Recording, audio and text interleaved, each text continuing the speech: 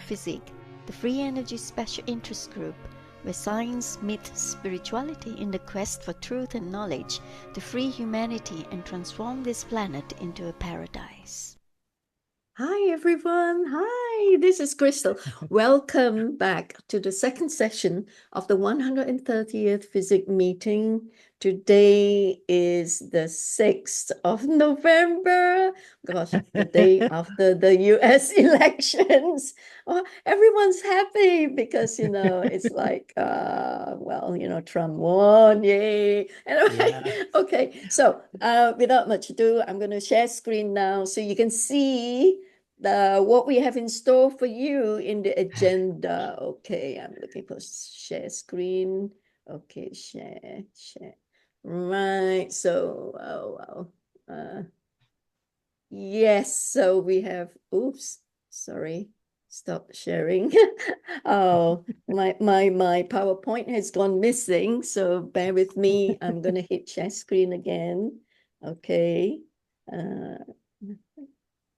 share. Okay, here we are. This is FESIG, the Free Energy Special Interest Group. I'm going to hit on the big screen. Ooh, yeah, okay, I got it. Okay. Yeah, FESIG is the Free Energy Special Interest Group. Okay, today is our 130th meeting, 6th of November. And I'm Crystal Gold, the founder and chair of FESIG, co-chairs Dr. Fresbrazel, Pontus, and Hendrik. And our website is truevision.peace.com/FESIG.html. Yeah, we are a platform where science meets spirituality, where we have some of the most brilliant geniuses of speakers coming to our platform to speak, to share their knowledge, to share their technology, so we all learn together. It's a learning platform. It's free for all, no subscriptions charged. So we appreciate it if you pay forward to help us keep this service going. Okay, so we can then progress and be able to achieve our goals in our divine mission. So we have the first session where Simon Parkes, who's the initiator and founder of Connecting Consciousness, was speaking. It was an interview because it's the first time he stepped in here. Next session, if he wants to come over, we get to open up to the floor as well for the questions. So Simon is great. I mean, he grew exponentially. He had 100,000 members. Wow. And spanning over 200 countries signing up to Connecting Consciousness. And the second session, we have Dr. David Clements, who has worked on free energy with Bedini, and on Tesla's text, and is now sharing the information received through his extraterrestrial themes, the Elohim, the Pleiadians, Arcturians, and Andromedans, to develop bioenergetic fields that interact with the higher self to connect to the sacred heart center. This is what we need, and this is really authentically wonderful. And David will show us his invention, the Quantum Still Point Clarifier, or QSC, a multi-level field generation device as the physical anchor point for the living quantum field. And guys, you can buy these products if you find it really good. I do and love it. Apply code FESIG 5DC for a discount because Dr. David Clemens have kindly gifted us this discount for FESIG members specifically and viewers. And once we finish with the Q&A, please pen down next time we meet on the 11th of December, 2024 for our 131st FESIG meeting. It's not the first Wednesday, folks. Please bear that in mind for the next 3 meetings, from the 131st to the 133rd FESIG meeting. We'll be on a different time zone, I'm afraid. The January meeting is held on the second Wednesday as well, 8th of January, because the first Wednesday is the 1st of January, New Year. Nobody will be bothered to attend meetings. It's New Year celebration time. And then we have the 5th of February, back to the first Wednesday of the month, we have our 133rd meeting. And it will start at 1 p.m. GMT, 2 p.m. European time, because that's the only time that is possible to cover all the time zones all over the world. Of course, in Southeast Asia, we'll have late nights until 1 or 2 a.m. And from March 2025 onwards, we will go back to the usual time because I'll be back in Europe. All right, as normal. Thank you, folks, for bearing with me on the admin side of things. Write to me, crystal@truevisionpeace.com, our website /physic.html. Subscribe to our channels to help us get on with getting more members and more support. Of course, the controversial videos will be in BitChute channel. I think David's will be fine on YouTube. Right. So we have our Facebook as well. And do join us on our Telegram channel, because then you can interact with everybody in the membership, and do study groups, because you need to discuss after you learn from these great geniuses such as David. And then you need to be able to share your views and all that. So yeah, I'm going to introduce David properly, because we honor our speakers with a proper, honorable introduction. You need to know the background, right? And they are very accomplished, our speakers. Dr. David Clemens has an MMath, MAST, Diploma of Philosophy, and is the inventor of the ISEE system. He has a degree in mathematical physics, 2 master's degrees in mathematics and the theoretical physics, and doctorate in theoretical physics, working as a professional theoretical physicist and mathematician in some of the world's leading institutions. Looking at fundamental theories of the makeup of the universe, his academic research involved furthering the fields of superstring theory, a quantum theory of subatomic particles and multi-dimensional spaces, through to advanced concepts in electromagnetism. He left this profession after going through a profound shift, a wake-up to a holistic idea of reality based in living energy and consciousness, the vibrational patterns of source energy which form the blueprints that underlay all forms. Dr. Clemens combined the scientific principles he acquired during his professional physics career and worked with Dr. Bearden and Bedini. Alongside this, Dr. Clemens studied the works of Nikola Tesla, and with the information received through his extraterrestrial team, he developed bioenergetic fields that interact with the higher self to connect to the Sacred Heart Center. These living bioenergetic fields furthermore protects one from the harmful effects of EMFs and promote healing. In year 2000, Dr. Clemens received a remote viewing kit, and after activating his ability from within, he began to establish contact with extraterrestrials from the Pleiades, Arcturus, and Andromedan star systems, later communicating with highly advanced extraterrestrials called the Elohim, who became a part of his extraterrestrial team of advisors and helpers. Dr. Clemens bilocated his consciousness so he would be simultaneously resting at his home while also in a starship interacting with extraterrestrials. On their spaceships, he described how all his physical senses engage with the environment as though he was physically present. He describes the important role of one's higher self in evaluating the information given by ETs. As such, he has gained much information, healing, and insights into the functions of different technologies. Over to you, David. Dr. Clem. That was quite a mouthful. I thought it's very necessary because people Thank need to you. know your background. Thank you. Yeah, I'm always a little bit shy about when people sort of talk about me, because I'm not used to talking about myself. So Oh, it's you're so humble. Well, the way I see it is that, we've each come here to play out very, very special gifts, and we each have particular paths which are very important. No one path.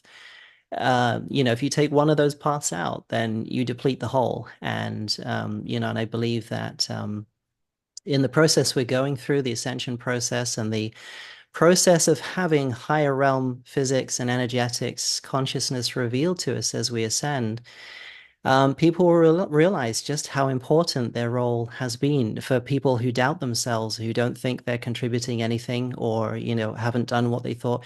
Well, you are. You absolutely are. You can guarantee that. And so I always like to make sure that I whenever I come across people and people talk to me, I say, well, you're just as important as I am. So let's have a conversation based on that platform rather than any other way. So thank you so much, Crystal, for inviting me on. I spoke to you just before we went live, and it's a My wonderful pleasure. pleasure to be here. And I love sharing this information. I love the joy it brings to people. I can, when I'm talking, my teams are usually around me and they impulse me to say things as well and guide me in the directions they want me to say things. And so most of when I talk, I don't prepare for anything. I just let it roll, but I do have some slides here because it's graphically, they're kind of really helpful to help people visualize things because I'm sure many of your audience are like me, very visually orientated, like to see things. They don't like to see words and somebody moan on about stuff, and start falling asleep. So I kind of put that together to hope, in the idea that it would be very helpful for your audience. And thank you to everyone who's here and helping with this as well. Big thank you to you guys, to acknowledge you guys too. And so as Crystal said, I had a very strange kind of beginning, I guess. I in a funny way, my mum used to tell me the leaving words of my primary school teacher was, "This guy will never be a mathematician. I'm sorry, he's not going anywhere." And my mum, she was my one kind of person in my corner that always kind of fought for me because I was always a daydreamer. I was always looking out the window. I couldn't care less what the teachers were saying at all. I was busy doodling, drawing, doing all sorts of things, and conniving and getting up to no good. And but something happened. I was always interested in the ET phenomenon from the word go, and I had profound interest in everything to do with it. And I don't have any experiences that I can recall, like memory-wise, to tell you that happened when I was in my younger years. But looking back, certain things were happening.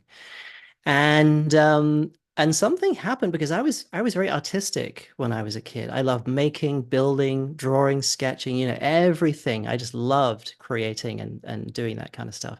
And I did not get mathematics at all. I was, if you don't mind me using language, absolutely crap at it when I was little. And but something happened, something switched on, and I did this sudden turnaround, and suddenly I just exploded in being able to get very complex subjects very quickly. I could visualize. It's like this, how could I say this ability to see things, visualize it, and it reminds me about a lot of inventors I've seen from the past, how they invent, they see things in them, they build it in their mind, and that's how I do it. I have to build everything in my mind and see it working, in the way that I do it. And so I think maybe the younger years as being artistic and very visual were very necessary to help me make that jump and activate all those centers necessary to do the next steps of the work. But anyway, from there, I suddenly got this huge impulse to go to university after college, and I did 2 degrees in once in mathematics and physics, which everybody thought I was nuts to do, but I really felt I had to do it. I'm not trying to big myself up here, but I just want to show the contrast of where I was to how they guided me and how they helped me to go forward. And from there, I did 2 masters and then a PhD. But at that time, I had no idea of a higher self. I had no idea that I was being guided or anything. I just thought the whole physics thing was really cool and I loved it to bits, you know. And so I kind of followed that track. And it was when I got to, let me see, my first year at Oxford Uni when I was doing my PhD. And I was already interested. I researched so many things like Bob Lazar, you know, his side of things, so many people who'd come forward and really investigate all that stuff. I loved all that stuff. And so I had quite a collection of all sorts of bits and pieces from you know, far and wide. But in my first year at Oxford, something quite important, which I consider one of the most important points in my sort of path trees, if you like, and that was it. I was starting to realize that what I was studying, and I was working on string theory, because I really thought at the time when I started the course that this was going to be the coolest way to lift the veils and have a look and see what the inner workings of the universe was going to be. I was really excited, and I was heading to become a professional theoretical academic physicist. But something just didn't sit right. And the more I looked at it, you know, it just got worse and worse and worse. And I was sitting in my room getting really bored and thinking, oh, what am I doing? You know, I'm not sure I really see that this is actually really getting into the nitty-gritty of things. And I started typing online for different things, you know, keywords like energy and other things like that. And Tom Bearden's site came up. So I thought, wow. And I was looking through his stuff and I thought, holy cow, you know, are you actually seriously doing this? This is fantastic, you know. And so I got his contact details from his site and I didn't expect him to return to me at all. And he did within a day. I was absolutely blown away. I thought, you know, there's no way somebody like this is going to get in touch with me, you know, with just an idle question. And he did. And he was really grateful that I did. And we struck up a really great friendship. And he sent me a ton of books. And I remember saying to him, I said, dude, you're going to add to my reading list. I've already got so much already. But he sent me a wonderful volume of stuff that he really wanted me to learn about that he had collected and thought were really, really relevant and important. And so I had a bit of a dual life going then because I had to, on one hand, during the daytime, do my academic stuff and pretend to be like, you know, the good little soldier, you know, carrying on with my work, you know, and pretending to, you know, mix in with the rest of everyone. And at nighttime, I'd run away and start working with these guys, you know.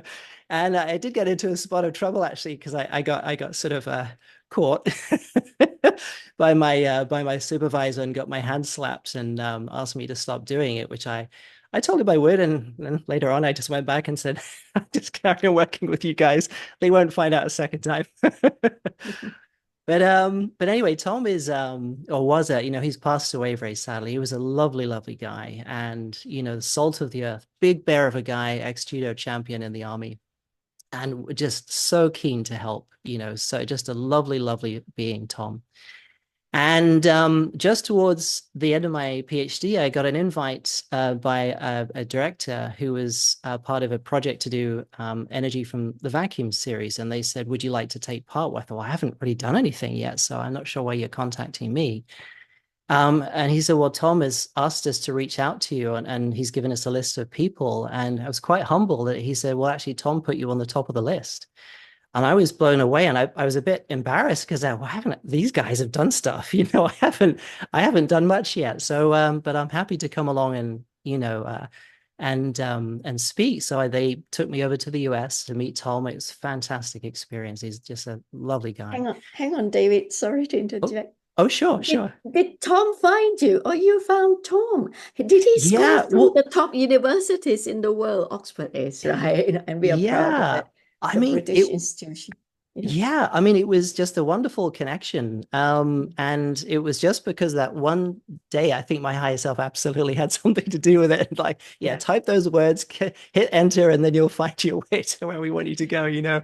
And so, yeah, I mean, as you can see, I'm just going to put my frames up here so I can show you as I'm talking about the pictures here. So just one second.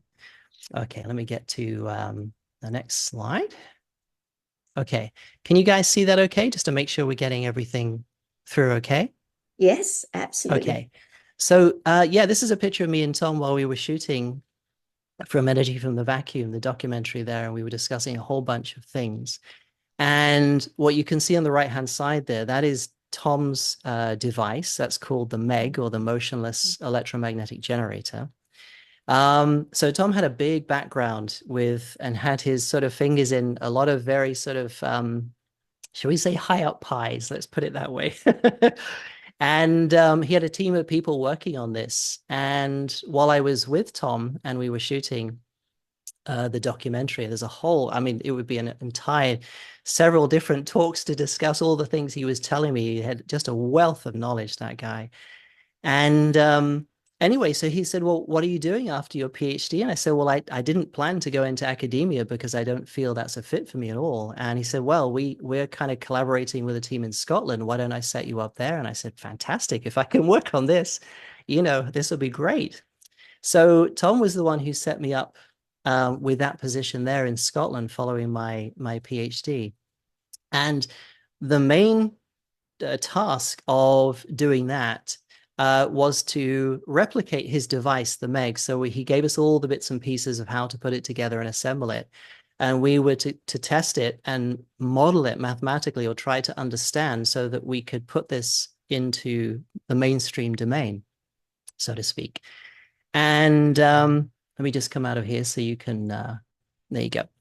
And so anyway, so we were doing that for a while, and I was there for about 2 years. And about a year in, the people who made the Energy from the Vacuum documentary, so we want you to come back. We've got some editing we want you to do because we don't understand how to put some of the science together. If you would come back and help us do that, I thought, yeah, I'm fantastic. I'm definitely up for that. And they said, well, you're here, we're going to introduce you to John Bedini. And I didn't know too much about John at the time, other than what Tom had told me. But when I got there, I did some editing and I was working on John's stuff. So I got to know him on film as we were putting this together. And I got to meet him as well. And again, just wonderful, wonderful people. They're just, I mean, John was such a funny character. And he swore like a trooper, but he was one of the most kindest, most sharing people that you can. He was such a joker. He's just such a great guy. Yeah, so went over to meet John. And first time when I went to his lab, I was like a kid in a candy store, had all these cool inventions he'd made and stuff everywhere. It was like, it was such a fun experience. And I met John, and I was a bit starstruck at the time because I'd been watching on film for a month doing the editing, and it was kind of a cool thing. And he kind of looked at me, thought, who are you? I don't know you. And he wasn't sure where I was coming from. And once we got talking and broke the ice, he was, all the beans were spilled. He just couldn't stop talking about everything he was doing. And it was fantastic. There was so much stuff there. He was such a cool guy. And so let me bring my slides back so we can go on to John here. Let me just share my screen. Where are we again? There we go. All right. So part of the reason for meeting John Bedini as well was to do some filming along for the Energy from the Vacuum series with John as well. And the top left-hand picture there, there's me in my more hippier days when I had slightly longer hair, talking to John. And on the whiteboard there, or his makeshift whiteboard, which I think was a cardboard sheet that he had, we were discussing, the physics of hidden structured fields and energy fields. And and one thing I'd like to say is that this was really the first time that I got to feel and experience living energetics firsthand, because in that laboratory, you can't really get a good size of how big that little section of his laboratory is. But to the right of John, there is an open door, a double open door with no doors that close on it. And when I was first introduced to John, he took me through and led me into this room, and he had one of his machines running. And as a very sensitive person, particularly with the work I've been doing with my teams, as soon as I walk through the door, and I'm not kidding you, there's like this invisible blanket of energy, is one way to describe it, that is, the minute you walk through, you feel this whoosh, this huge upliftment, as if you just walked into a completely different energetic zone. And the weird thing I found was that when I stepped back out, it would go down. The energy would drop down. It would feel more dense and heavy. And then I'd walk back through the threshold of that room. Again, open doors. There was no door to it. It was just like this open archway. And the energy would raise up. And I found that fascinating because the energy seemed to just stay in the room. It could have moved out if it wanted to, but it just stayed in the room. And so I'd put my hand through the threshold and pull it out, and I'd be playing like this, and John would look at me and thinking, "What are you doing?" And I said, I could feel the difference, in and out of this room here. And he was kind of looking at me kind of weird, thinking, okay, right, I got a live one here. But no, I was saying that, there really was such a palpable difference. And so we had this discussion on the blackboard there after, I'd settled down, and we talked about this. And John was describing where he gets this energy from in his idea and his view of how it comes about and what it is. And in the top right picture, you can see John with fully illuminated light bulbs, and the machine that generates the energy is on the left there, that huge, great rotary sort of modified SSG, or what's called the schoolgirl motor. I can elaborate on that in a little bit. But he uses that to charge these huge battery banks, which are, if you can see my mouse down here, which are the other side. So the machine is on the other side of this wall. And this device here would spin up, and it would charge these battery banks faster than it's taking from the front end batteries that run the machine. And then he would basically discharge this energy into a huge array of, normal light bulbs. And these are old school light bulbs, not the LED types, so they take a lot of energy. And just to the bottom left here, you can see this is our replication, a small replication I took back. And this is in the lab in Scotland where I was, that we wanted to test as well. And we did some tests on this one. So this is a very miniature version of what John had over here. So John gave us the schematics, the diagrams, everything that we needed. And we built this, put it together, and replicated it. So that was my huge kind of introduction to these titans of the field. Like I said, just wonderful souls. You can see John's smile there in the photograph. He was such a cool guy. He'd love to go out of his way to help you, and anything that you wanted to know, he was so ready to offer that information. And so what really struck me with these meetings here is, again, the energy. I just could not escape that, how this energy behaved. It wasn't like anything that I was familiar with. If you think about like a Wi-Fi router or something, like it just emits everywhere, and metals can impede it and stop it and everything. But this energy seemingly was choosing not to come out of the door, and I had to sort of really ponder on this and feel on this. And my guides and teams were saying, we really want you to understand what this is, and you'll go through a process of understanding this type of energy, and there'll be more types of energies we want you to experience and understand, because this is very important for what's coming for humanity. And so I have a clip here as well of one of John Bedini's self-running motors. So what he managed to do, and I'll explain a little bit of the science and break it down in the next one. But what his devices do, he has a front-end battery, he has his rotating device, and then he has a back-end battery. And so what he finds is when it's running, the input battery is draining far slower than you're actually putting into the back end. So in other words, you're gaining as this is running. And he was saying that the weird thing about this energy, it operates almost counterclockwise, if you like, or in a mirror opposite to the way that we have been conditioned to think energy works. So mainstream physics will tell you, oh, second law of thermodynamics, it's entropy. You can only at best break even with what you've got, and it all dissipates, and you just got to keep collecting on the front end to power your system, but eventually it's going to slow down and stop. Now, in a way, that's true of a certain type of energy, which I call it, it's an entropic energy. So it's opposite to this type of energy, which wants to go in and feel. It's almost like it wants to go in and move things and do things, where there's another type of energy, which physics is used to, which everything just slows down, it heats up, it dissipates, it doesn't want to move anything, it just slows down, and you've got to keep pushing it in to keep your devices going.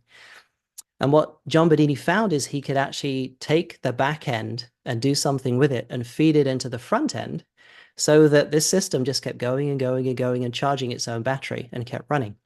So let me share with you this video here. So this is John's self-running. So this is in a big Perspex cabinet around here. So this is the primary coil, and there's a collector coil, which you'll see in a minute, which runs 90 degrees to the collector coil here. And I'm just going to play that with you. So this is it.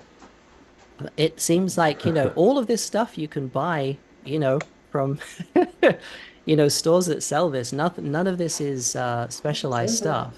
That's just the small circuit there.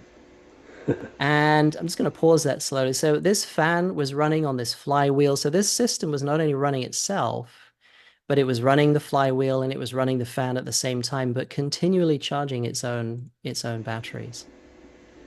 You'll get a good look of the side in a second. They come around here. And that's what it looks like from the side. And that just sat there running by itself. He's put it in this frame, as you can see, and this wooden board at the bottom here. And whoops, sorry, stop.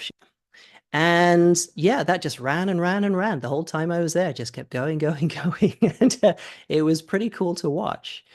So John was a fantastic guy, just like Tom, and they collaborated for quite some time on a number of different things.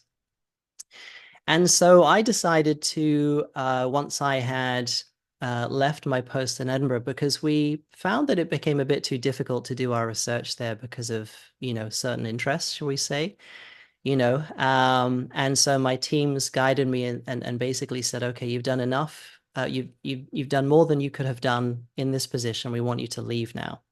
So after about 2 years, I left Scotland, and that's when the Arcturians came in quite noticeably. And they were trying to teach me and help me understand about some of the finer details of the sciences of these higher energetics, the sound properties to them, all sorts of different things. And, it's funny because coming from an academic background, simultaneous with this, they were trying to teach me about connecting within the center of my heart and my higher self. And so having been a bit of a head case and having learned to be, up in my head all the time and being so intellectual about things, it was quite difficult because they were really trying to keep pull me down into my heart. Because one of the things that the Arcturians said once very clearly, and they came through and they said, look, living as a heart-centered being is profoundly different from living as a being of mind. And they're saying that this is what we would like you to learn, and this is what humanity is going to develop into, because the perspective you have, the innate compassion that you have when you connect in that way and you live from that is innate. That's the best word I can choose to describe it. Ideas just come straight to you. You don't have to intellectualize them or crunch the numbers or do any of this stuff. In fact, I do very little of that now, if at all, because so much of this is intuitively guided. And there are no mathematics to really describe any of this at all. And that was another reason why they said you should leave, because I was kind of racking my brain, and I was working with these guys and they wanted me to model this mathematically. I'm saying, look, there is no way. You cannot do this with current mathematical techniques and ideas and models. There's just no way to do this. So I feel like I'm just fiddling with my thumbs on my desk, trying to, just pass the time, because there just isn't the language to describe this. And I didn't fully, at this stage, understand the nature of the living qualities, the conscious qualities of this energy. At this point, I just thought it was very peculiar the way it behaved, that it did react to you. It would behave as if it was living. And so anyway, when I came away from Scotland, I decided I carried on with my connections with Tom and John. We conversed and collaborated and had a lot of fun doing that. And I decided to build my own version to test. And I'm just going to share my screen again so you can see this. So this on the left-hand side is my replication of John's machine. And I built this to test, the electrical properties of this, but also more importantly, the energy that it was producing. And when I first started this, I had the same phenomenon. I would kick it off in the room, and then this energy would just expand, but it wouldn't go beyond the doors of the room, even if they were open. It was the most peculiar but fun thing at the same time. It was phenomenal. But while you're in that field, it really starts to raise you up. You feel like your cells are getting lighter. You feel like your consciousness is widening. It's as if you were really just gently being coerced, or coerced is the wrong word, but gently encouraged is the right word, to expand and open up. And you could, once you've been in the room with one of these for about 20, 30 minutes, if you're sensitive, as soon as you walk out, you can really feel the density and the drop down as soon as you move out. It was phenomenal. And on the right-hand side here, I have an oscilloscope graph. So what this measures is voltage and time. So as we go along here, every time one of these magnets passes this coil here, so it goes, and you can actually hear the sound of it as it's pinging, as the coils ping, as the magnet goes past. Huge array of these spikes appear. And this is what John Bedini talked about this is what excites the radiant energy to appear. And so I messed around with this and made modifications to get as many of these spikes per magnet pass as I could to get the most radiant energy out, because that was what I was really felt intuitively guided to explore. And it's kind of interesting because down here, one of the stories John was telling me is what happened to Nikola Tesla when he had made the Niagara Falls power plant. And they had this interface board with a sort of knife switch, which is, let me just shut this down so you can. And it's like this huge thing you have to throw up and lock in to get the conductor lines to start conducting. And he said they had this problem because they said I think two of the operators died instantaneously because they had these huge generators from the falls and this huge inductor line that would come around into this switchboard that the operator would switch. And then just for a split of a second, when whoever it was would switch that knife switch, white streamers would shoot out of it, with so much energy that it would, unfortunately, it wasn't so good for the operator. But Tesla realized that something was happening if you create such a short spike of energy like that instantaneously, that the current hasn't caught up to nullify it out, that this energy appears. So, Nikola Tesla was well aware of this, as I'm sure you guys know. And so go to the next slide here. So what I wanted to do as well, this is a circuit diagram for N, because I'm sure you've got some pretty enthusiastic people who love to get their fingers dirty and love to build stuff. So if you want to build this is the circuit diagram that I put together. Let me just share my screen again. And so this is basically what it is. So this is the magnetic rotor. I use south-facing poles because I find that the energy is more expansive with south-facing rather than north-facing. That does have to do with the way that magnetic energy spins. So south energy vortexes expansively, and north energy tends to expand compressively or inwardly, so to speak. So I use the south poles on these. And here's your source battery. If you want to charge a secondary battery, you put in here. And notice that this is inverted. So the minus here along this line is connected to the plus. So it's this battery back here is inverted because the energy works in an opposite way. This is what John Bedini found. Very simple. You can buy all of this stuff. I put some numbers up here for the particular components if you want to make it. This is stuff that John shared a long time ago. It's in his books, and he put it over on his internet forum as well. And what I say is, if you just want to make it as a radiant energy generator to feel the energies coming off this, you just leave this section off the back here and just let it run. And now I'll come to talk about this a little bit more in further slides, but you have to helix wind these coils. If you don't helix wind them like DNA, it doesn't work. Okay, that's a very, very important point. And I'll speak a bit more about that in a second, because that is very, very important. And it's no coincidence, I think, our DNA is wound in a helix form. There's profound energy generation and center point generation that comes from helix winding like that. Okay, so I hope everyone got a good, oh, you have a question? Yes, I have. Okay. I saw a film with Bedini, and he said that you can't use neodymium magnets, you have to use the old ones. Do you know about that? Oh, can you say? I didn't quite understand. I didn't hear the question. Can you repeat? Bedini said once that you can't use the neodymium magnets, the new ones. You have to use the old ones. Do you know why? Yes. Yeah, yeah, it's to do with the way that, because the ones I've got on here, I'll just flick up my screen again so people can see them and get a better view. Let me see 1 second. There we go. So on here, you can see that the black ferrite type magnets, the ones that you can buy, basically, they put these on the back of fridge magnets normally, Yeah, exactly. and you could buy those from, wherever you want to. Now, the neodymium ones are the silver ones that you can buy. Very, very powerful. But there's something to the way, I would say it's down to the way that they magnetize them, because when you get a ferrite slab, they blanket and they put it into a giant magnetic field to remagnetize it, and then they lock it in so that then it becomes a magnet again. And a number of other experimenters, a guy by the name of Floyd Sweet, with his vacuum triode amplifier, in particular, found very particular ways to recondition magnets into self-oscillation. So I would say that's most likely due to the way that they magnetize the magnets. I don't know that for sure, but that would be my guess with that one. But yeah, I always use the ferrite ones. The neodymiums, I did try. I put some neodymiums on the top side of the ferrites, but it just didn't seem to work as well. So yeah, definitely, I would agree with that one. Okay. So I hope that answers your question as best as that I can. So I played with this a while, and they really wanted to get me to understand, and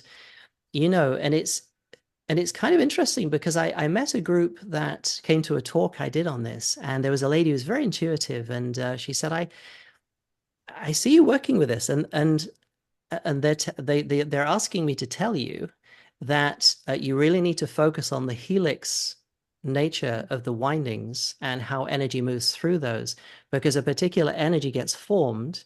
You don't understand it yet, but you will. And she was actually pretty spot on. There's something very profound, which I'll talk about a little bit later on about that. Now, so let's come to the next slide here. Let me put this up here so you can see. So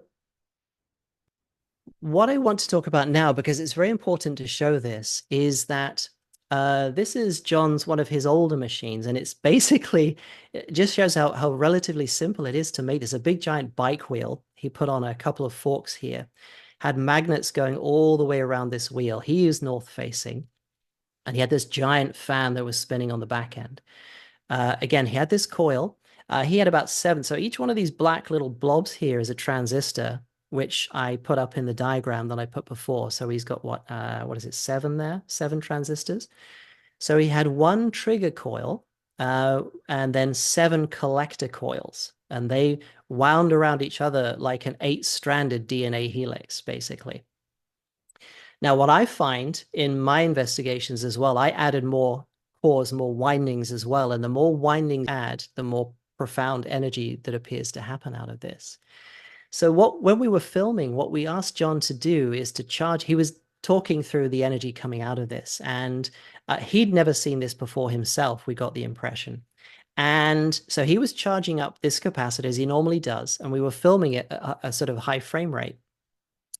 But when we played back the frame rate back to this stage, I looked at it, I thought, holy cow, when you look at any electrical discharge in our atmosphere, because of the chemical makeup, it's always blue, like lightning blue. It's the natural frequency or the emission, a light emission of electrical energy when it arcs in our atmosphere.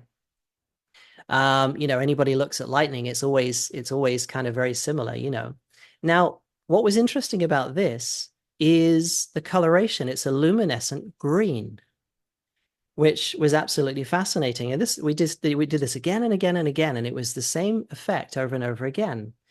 And what struck me is that, I immediately thought, well, if you think about it, typically the heart energy itself is depicted as a green energy. Now, you know, and where they took me, my teams on this was literally that, you know, the center point in the center of the Sacred Heart is the most powerful gateway and connection we have to source energy, which I'll talk about a little bit later. But I just wanted to show your audience and you guys that, you know, this is not a conventional energy coming out here. This is not a usual electrical form of energy. And it does behave in ways that we're not used to. It does have living energetic properties. It does stay within a room, oddly enough. And, you know, you have to move the machine out of the room to get the energy to fill another room. And it was peculiar how it behaves and how it respects certain boundaries. And so Nikola Tesla was very aware of this. And I believe that he was the first person to coin the term radiant energy because he was aware of a lot of the phenomenal properties that he was investigating. And so to get a better understanding, I feel, to what's happening here, I'd like to take you through a short animation that I put together. I'll share my screen again. Sorry to keep flicking back, but it's kind of... Okay, so what we have here is an animation to try to visualize the overlaying of fields that make up reality. Okay, so I'm just going to play this clip here. So this layer here is what I call the physical layer of reality. In this domain, or field layer, if you like, this is everything that we are used to, everything we can push and pull, we bump into, you know, everything physical operates within this field layer.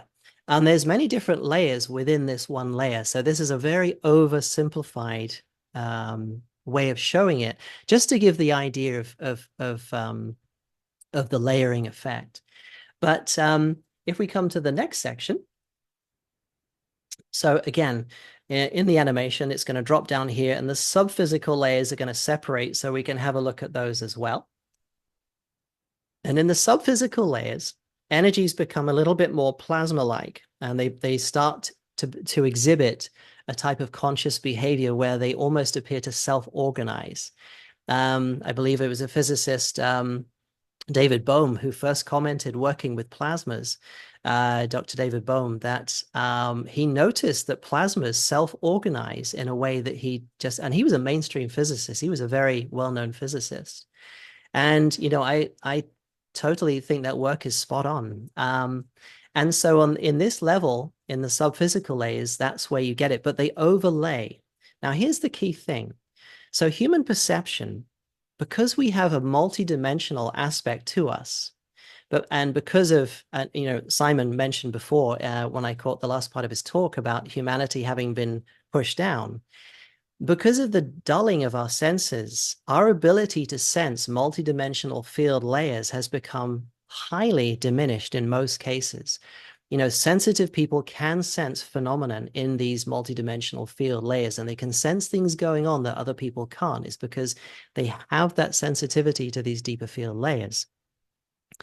But most people kind of operate in this sort of level here when they're just used to the physical material, the nitty gritty, you know, the grind of things, and that's the world they live in. And from a mainstream physicist point of view, that really is how the world is. There's nothing of this kind of nature really, and down below that I'll show you in a second.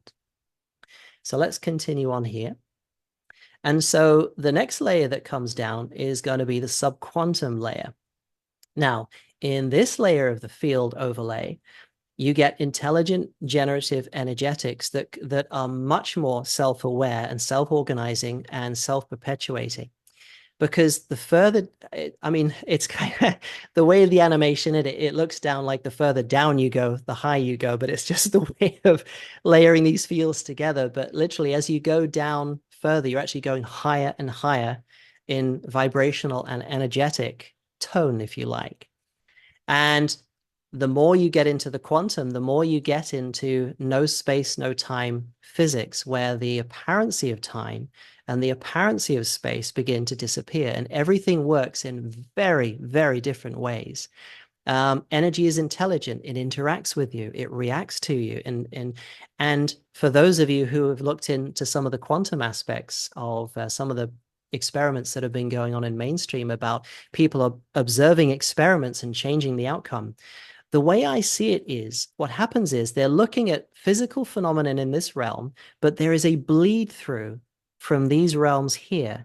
And so to me, when physicists talk about quantum physics, what they're really talking about is phenomenon that starts to bleed through here and has a small effect on a small scale because of the compressiveness or densification of this layer doesn't allow that much through. So it appears that this layer is, is reality and there's nothing else. But that really is a trap or a foolery, if you like, because the whole premise of this is founded and based by everything that comes underneath it, all the way to source itself. That's my view of it. And so if we go to the next layer, which is the pure quantum layer, let's skip that ahead a bit. There we go. So in this level, in the pure quantum, there no longer is the apparency of spatial separation or temporal or time separation. Physics here is completely different from everything that we see up here. But like I say, to me, quantum physics and in mainstream physics, those that study it are seeing bleed-throughs into small scales, atomic scales, and so forth into this realm here and seeing the corresponding phenomenon of odd things going on at small scales. And that to me is what quantum physics is. Okay. And so essentially that gives a sort of an oversimplified view of some of the field layers. And there are so many layers in between those with different phenomena, how this whole picture comes together. And it's almost like the creator or the creator beings who are part of designing this particular universe put this together to make sure that these different realms for us to play in and experience had certain qualities. So they had different field characteristics. And within each field layer, there is a different physics of how energy and matter, if there is matter to exist in that layer, because the further you go to the quantum side, matter starts to change its form into a more fluid, more nebulous type of energy. Okay. And so let me come to the next slide here. And so what we come to is living energetics. So as my teams were showing me this, and they had a bit of difficulty to start with because, coming from a mainstream physics background, they had to break down my sort of blocks and all the ways that I had been trained to see things. I kept trying to see it in those ways, and they said, okay, no.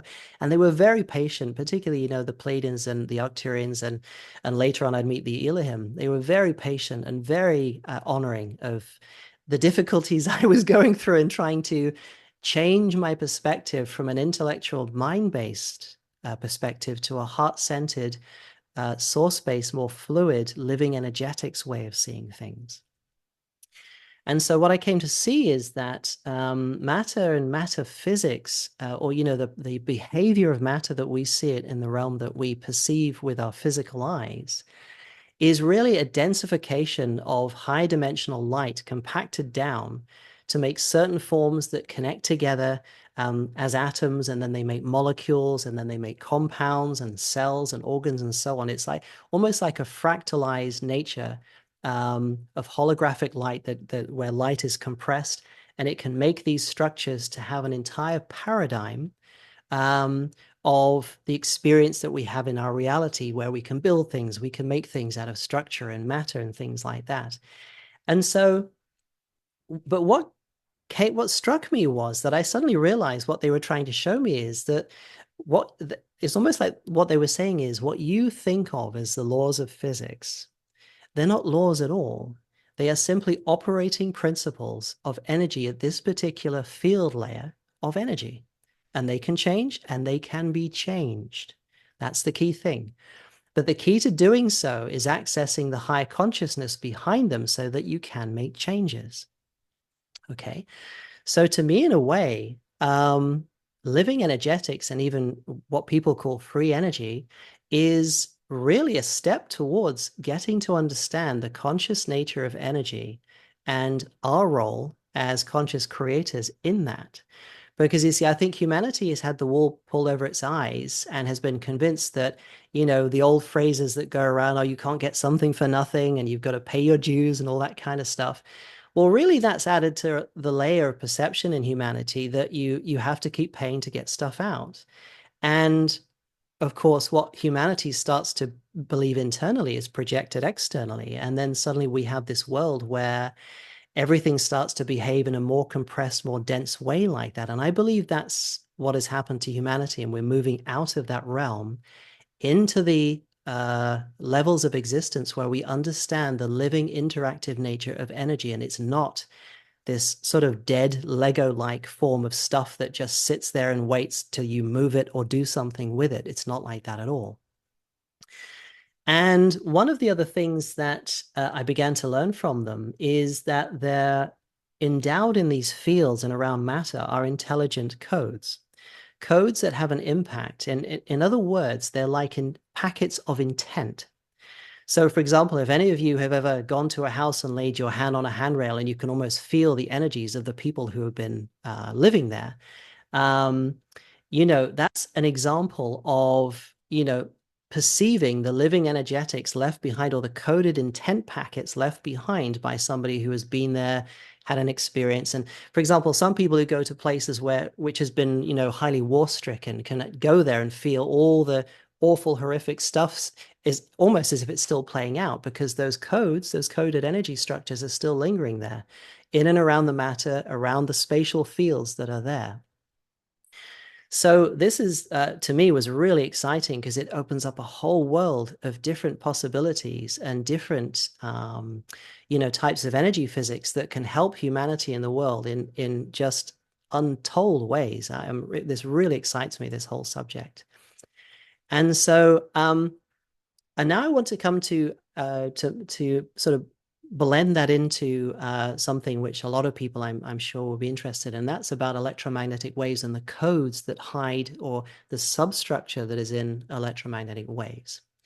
And so I'm going to put this slide up here.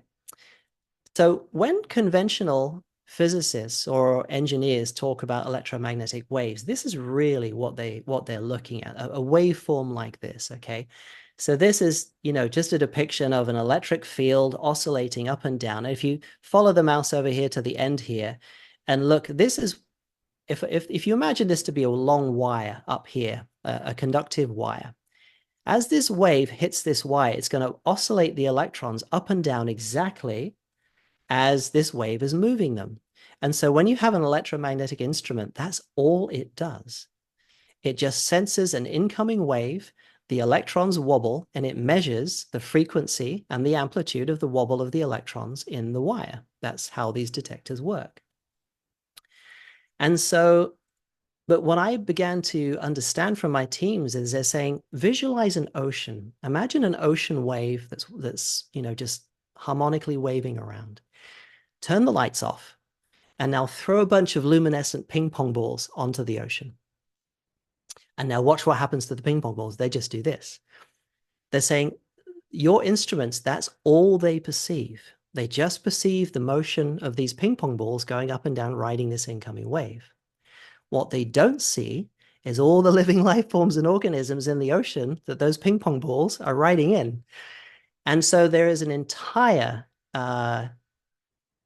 almost, I could use the word ecosystem of energies that are associated with these waveforms that come to us and we get to interact with every time these waves sort of hit us. And so if I just go to the next slide here, whoops.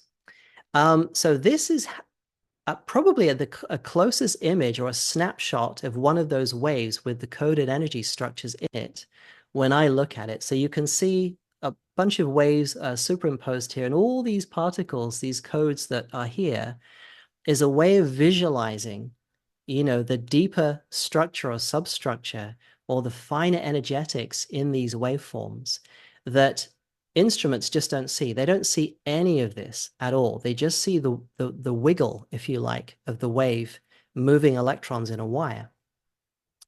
And so when people talk about measuring sort of frequency and EMFs, that can tell you that there's a wave there, but it tells you nothing about the hidden layers and everything that's going on inside that wave that is actually coming to you as well.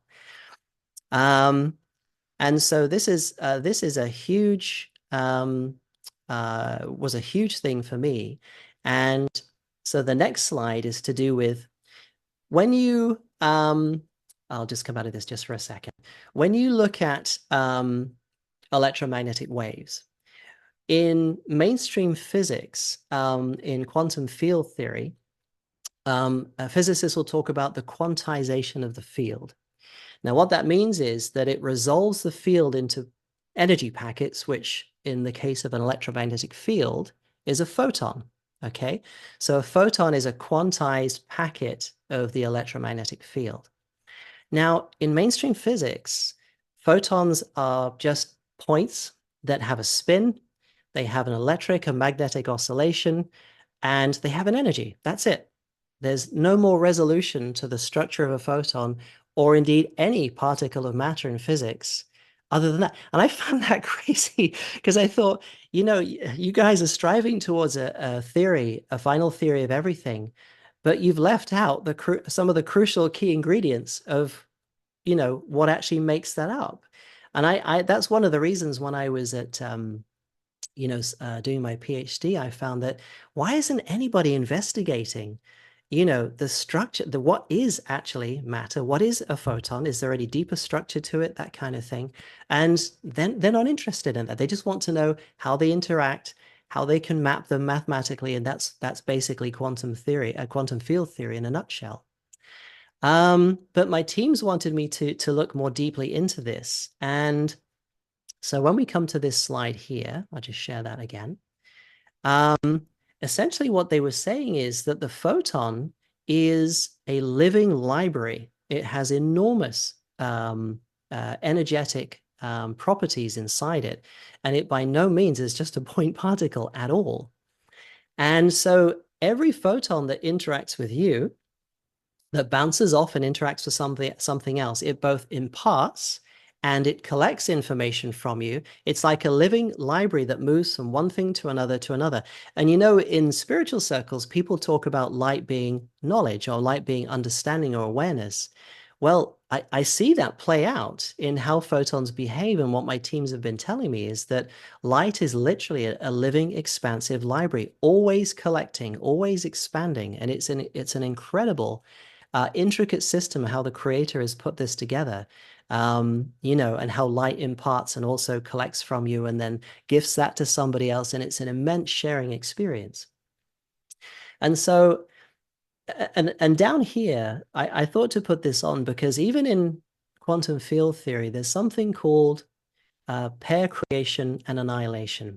What that means is, as a photon travels, it can spontaneously split. I always like that word in physics, spontaneously. Nobody knows why it does it. It just does it, you know. And it spontaneously splits into a matter-antimatter pair. So you can get a photon coming here and it goes whoop, split, and it goes into an electron-positron pair. They recombine, collapse, and turn back into a photon.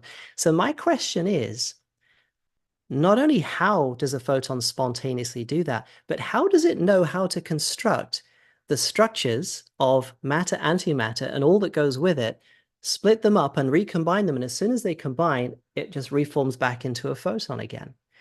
There is so much science and understanding that needs to be gained about what's inside these particles and how much you know, what sort of substructure, what detail do they have inside them. And in my experience, Crystal, you mentioned before about me doing remote viewing, and my teams have been developing a particular type of remote viewing with me, which I call remote perception, which is literally going right into an object such as a photon or an atom and literally experientially getting a quantum snapshot of everything that is in there so you can really decode for yourself what is actually going on inside that particle. It's not theoretical. You actually experience the whole thing. And it's phenomenal. If anybody tries this, if anybody has remote viewing experience or wants to learn how to do that, I tried that. I tried that with my self-hypnosis classes. I teach hypnotism. Oh, you did? Oh, cool. Yeah, and I get my students to get into the sect of an orange, for instance, and you get into the matter, you get into the photonic level or whatever. Yes. And it's amazing. You become it. You become the orange. Yeah. I know exactly what you're saying. Thank you. It's very cool, isn't it? Yeah, definitely. Yeah, it's very cool. And once you're there, as I'm sure you found, you can play around, poke around, ask questions, and the energetics, the living consciousness of that particle will respond to you. And, you know, if you have your teams with you as well, they can also help enlighten, as they did with me, about, you know, the pieces they wanted me to focus on. But the key here is that it seems to be that the realms that we live in is this huge interactive you know, particulate system of living energetics. But the trouble with our density, you know, where we are as a species in the densification of what we see around us, matter appears to be so absent of that living creator energy that it appears just like it's dead structure, just bouncing around the room like ping pong balls, not doing much other than just obeying some basic laws of physics. But what I'm going to talk about a little bit later is that when you start to evolve and you become more heart-centered, you notice things starting to behave around you like ancient masters of the past. You know, their energy fields were so immense that when they walk around, matter would literally reshape itself to organize itself according to the energy field that they had. It would literally awaken. You know, and there's a lot of texts and scriptures talking about, you know, these masters having a glow to them. Now, when matter awakens, and because it's in a somewhat unconscious or deadened state right now, when it's awakened, it literally starts to glow, because the high compression of the light that's making that such a dense physical object starts to release, and it expands, and then suddenly it's no longer just this dense particle; it's a glowing, living object, you know, and that's what I believe is taking place there. So there's just so much. I mean, each of these subjects is almost a talk in of itself, but I'm trying to gloss over this and not send your audience to sleep. So we'll come to the next one. And so when I remote view the atom, I'm going to give you a little animation here. So this is kind of very close to what I see when photon, sorry, not an atom. This is very close to what I see going on. And you can see all these intricate patterns and energy codes. It's like this living library that keeps cycling light indefinitely. And if you zoom out, if you just walk away from the monitor and squint your eyes, it almost becomes like a point particle of light. And so this is the way I see photons. I don't see them anymore at all the way conventional physics sees them. Now, to add to the idea of what photons can pick up and receive, I recently learned of the work of this chap, a Russian scientist by the name of Dr. Peter Garyev. And he did some experiments. Basically, he took two hermetically sealed containers, one with developing frog embryos and another with developing salamander embryos. And he took a laser, and a very low level laser, and had it go through the salamander embryos and shine on the frog embryos.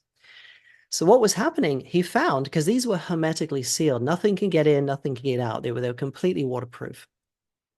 And what he found was that the frog embryos started to change and morph and become fully developing salamander embryos. In other words, the DNA had morphed itself according to the information it was getting and picking up from the photons traveling through the salamander embryos, picking up the genetic information, the pure genetic information of a developing embryo, and passing it to the frog embryos, and the frog embryos changed.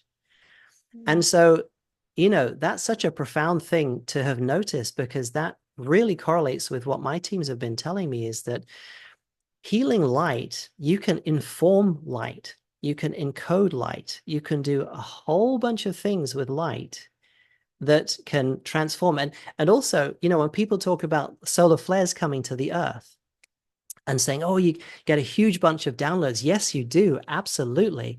The the energetics that come from the sun, particularly in daylight and the solar flares that come through, are loaded with high dimensional energetic codes that if you allow yourself to go out there and bathe in them, you just absorb those codes. They go straight into you. So it's just, I just find it amazing how this works, and it's been sitting in front of us all this time, as to how this stuff can work. But that really is, to me, such a profound and exciting thing, because I believe that so much of what humanity is going through and has had to go through, the solutions and the ETs have told me, and when I've gone up to their ships and had healing in their cocoons, they just bathe you in this encoded light, to put it in one word. That's the best way I can describe it. And then you come back when I bilocate. So my physical body doesn't go; it's still here. But I have this ability that they taught me how to do to take my consciousness there. I gain these codes within the sphere of my consciousness. It comes back, and then I integrate those energies. And normally, after I go up there and come back, I have a few days worth of purging, because those high energy codes start kicking out all of the rubbish that needs to go. And that's kind of the usual thing that tends to happen. But the idea of energetic codes and how it relates to consciousness and intent is intimately connected. They're very profound, one and the same, I find. And so the picture I'm trying to help paint here is really how matter itself, although it appears to be this dead-like structure that doesn't do anything other than just move if you hit it, kind of thing, is in truth far from that. It's just under a high compression that makes it look like it's very dense. And so they asked me one time, my teams, to look into an atom and the makeup of an atom. And this is a little visual to help you understand. So this one here, this is the conventional view of an atom. So you have the nucleus here with protons and neutrons, and you have the electrons orbiting around like this. And this is how conventional physics looks at it. And I remember on Michael Sala's talk, I remember mentioning this as well. When I first studied physics, and we did nuclear physics, the professor was taking us through, the makeup of this blob, this blackberry of the particles in the middle called the nucleus. And he was describing it as the nuclear shell model, where there are big circular orbits where every one of these particles or protons and neutrons circle on. And I remember looking at him thinking, seriously, is that really how you think is working? Because I can't see it. How does it just make these nice little concentric rings and they all just spin around and don't do anything with each other? And he looked at us and he laughed. He said, yeah. He said, nobody actually really believes this is how it works, but it's the best model we have at the moment of describing what goes on inside, And so that stuck with me. And later on, when I came to this with my teams, I went in and what I saw was a vastly different picture. And I remember before I did this, I asked them, I said, what can help me better visualize or understand what's going on within, these kind of energetics? And they said, get yourself a plasma ball, one of those balls that you could put your hand on, and you've got a Tesla coil in the middle and you get these streamers coming off. And literally when I started to remote view the atom, and I'll show you the animation here, which is probably the closest I've found that reaches, is this one here. So this is, you can see the equivalent, the electrons just spinning around it, but they're not point particles. They're almost nebulous field forms that spin around. And you've got these sort of plasma-like streamers that, pass around and correlate to these around the outside. And inside, you've got something very, very different. Now, the way I see it is that, because no physicist has actually peered into an atom, you can't really do that. You sort of infer the structure of an atom by bashing it to pieces in a particle accelerator or doing all sorts of things like that. But nobody actually, it's not possible to get a microscope and actually go in there and have a look and have a peek. So the models they have are by inference. They have to infer the structure. But this, to me, what my teams were telling me, it's all about sound forms, the electromagnetic or electric and magnetic forms, and living energetics all combined to make this structure we call the atom. And so it was very, very different. And it was just another step towards me understanding the living nature of atoms, even though, you know, they appear to be dead structure. And they were telling me, they said that what's happened with humanity at the moment, because humanity's consciousness had dropped so much, matter will matter responds to that. So matter will start to form itself in exactly the way that human consciousness perceives, you know, the observer and the observed in a way. And so our thinking has been trained to think of dead structure, laws of physics, and, you know, yada, yada, yada. It's all just stuff that you just have to move around, do what you can, you know, scrape to get the bits that you want. And then, and do you see the paradigm of the game that we've been in is that it gives a whole idea that there's no such thing as living energetics. It's all just structure. But mainstream physics doesn't want to probe into the deeper aspects of these particles to discover the living energetics that are already there. And so that's where I very much moved away from those fields, because I see things very differently now. So I hope that gives you a better understanding of the way that my teams have been showing me as well. So let's come to the next slide here. So basically, you're shifting your teams, your ET teams and the Elohims, showing you how to shift from the death signs that we're so used to the eternal signs, the living signs. Yeah, in a way of speaking, yes. And because, again, I feel that the practice of connecting with the heart center goes hand in hand with this, because it really is perception from a high dimensional point of view. You know, and I find that's why, you know, in the beginning, I found it really difficult. And, you know, and I remember in the beginning when they would give me, I get so excited and my monkey mind would jump in and try to go, you know, and try and unravel what they were saying. And they would back off and say, okay, just calm your mind down. You know, we're giving you information that doesn't involve your mind. We're giving you information which is perception and heart-centered based. And so I found that a real struggle in the beginning. So they'd give me this concept to sort of download and integrate and perceive. And then it would all the joy would suddenly sort of just fall away. And they were saying, we want you to understand the reason why that's happening is because instead of experiencing this as your high self, as your heart-centered self, you're jumping up in your mind and you're trying to control and break things down. That's not what we want you to do. We simply want you to perceive and experience the joy of what we're showing you. And you'll find that what you're looking at is going to interact with you in a very different way when you do that. Because again, it's perceiver and perceived.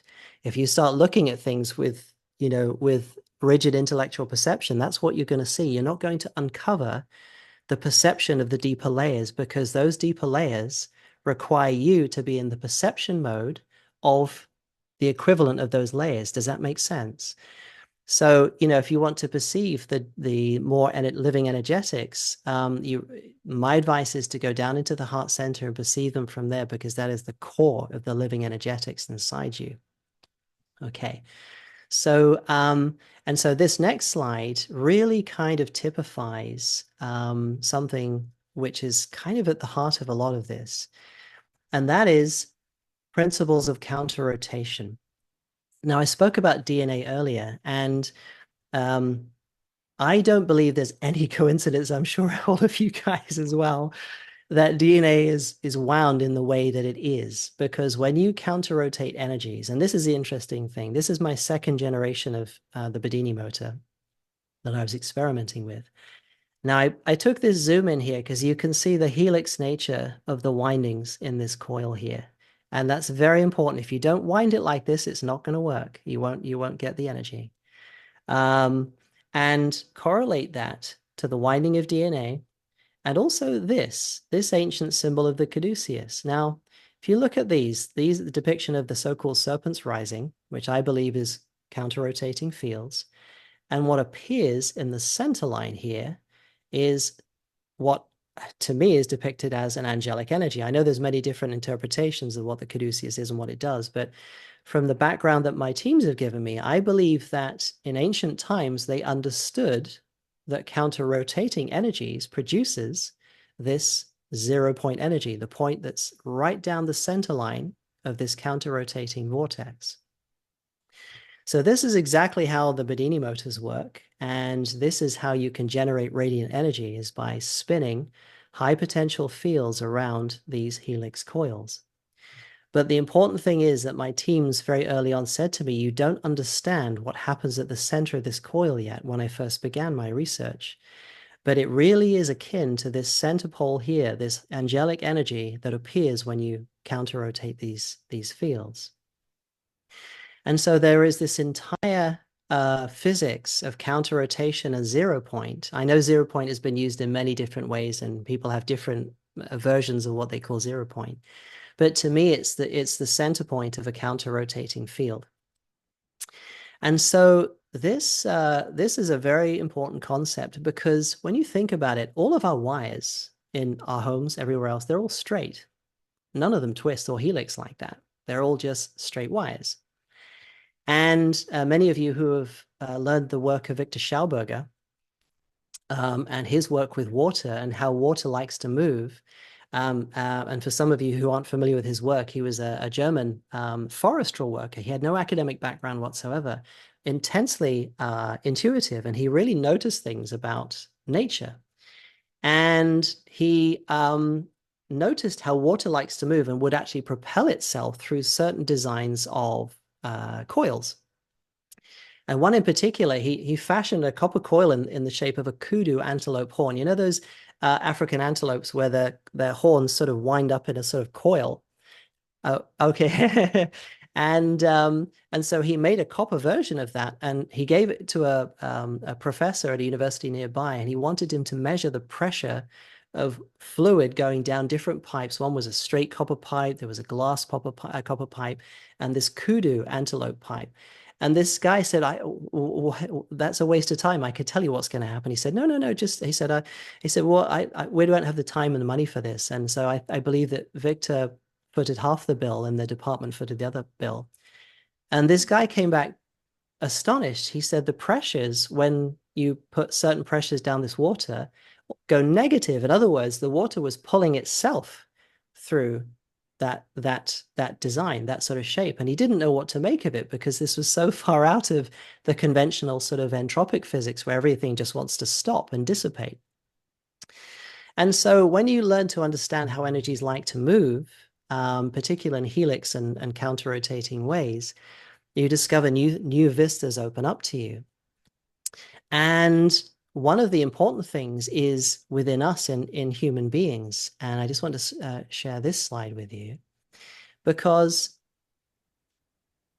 inside every human being is what I would describe as a latent infinity point, a gateway, which is our direct connection with source.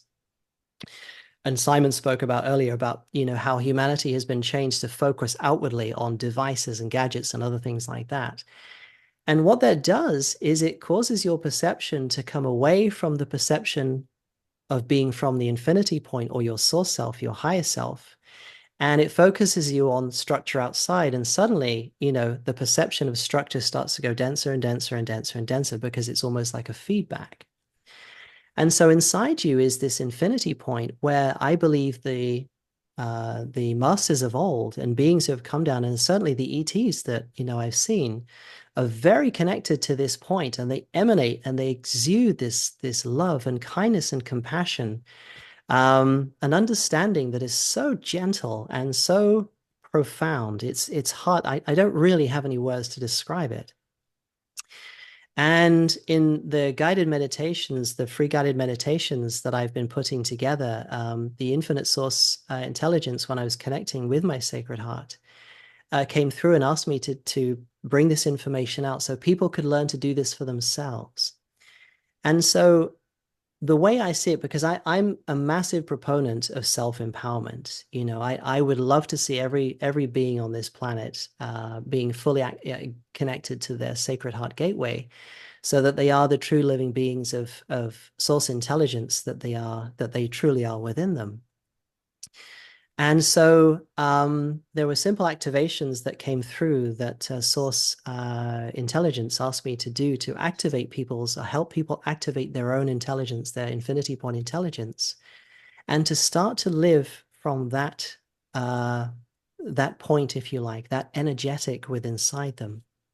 And I have to say, for me, it's had a profound effect in many ways, both in how my cells behave, how I start thinking, how I perceive, the quietness of my mind now. Instead of being all over the place, jumpy, it's very still and very peaceful.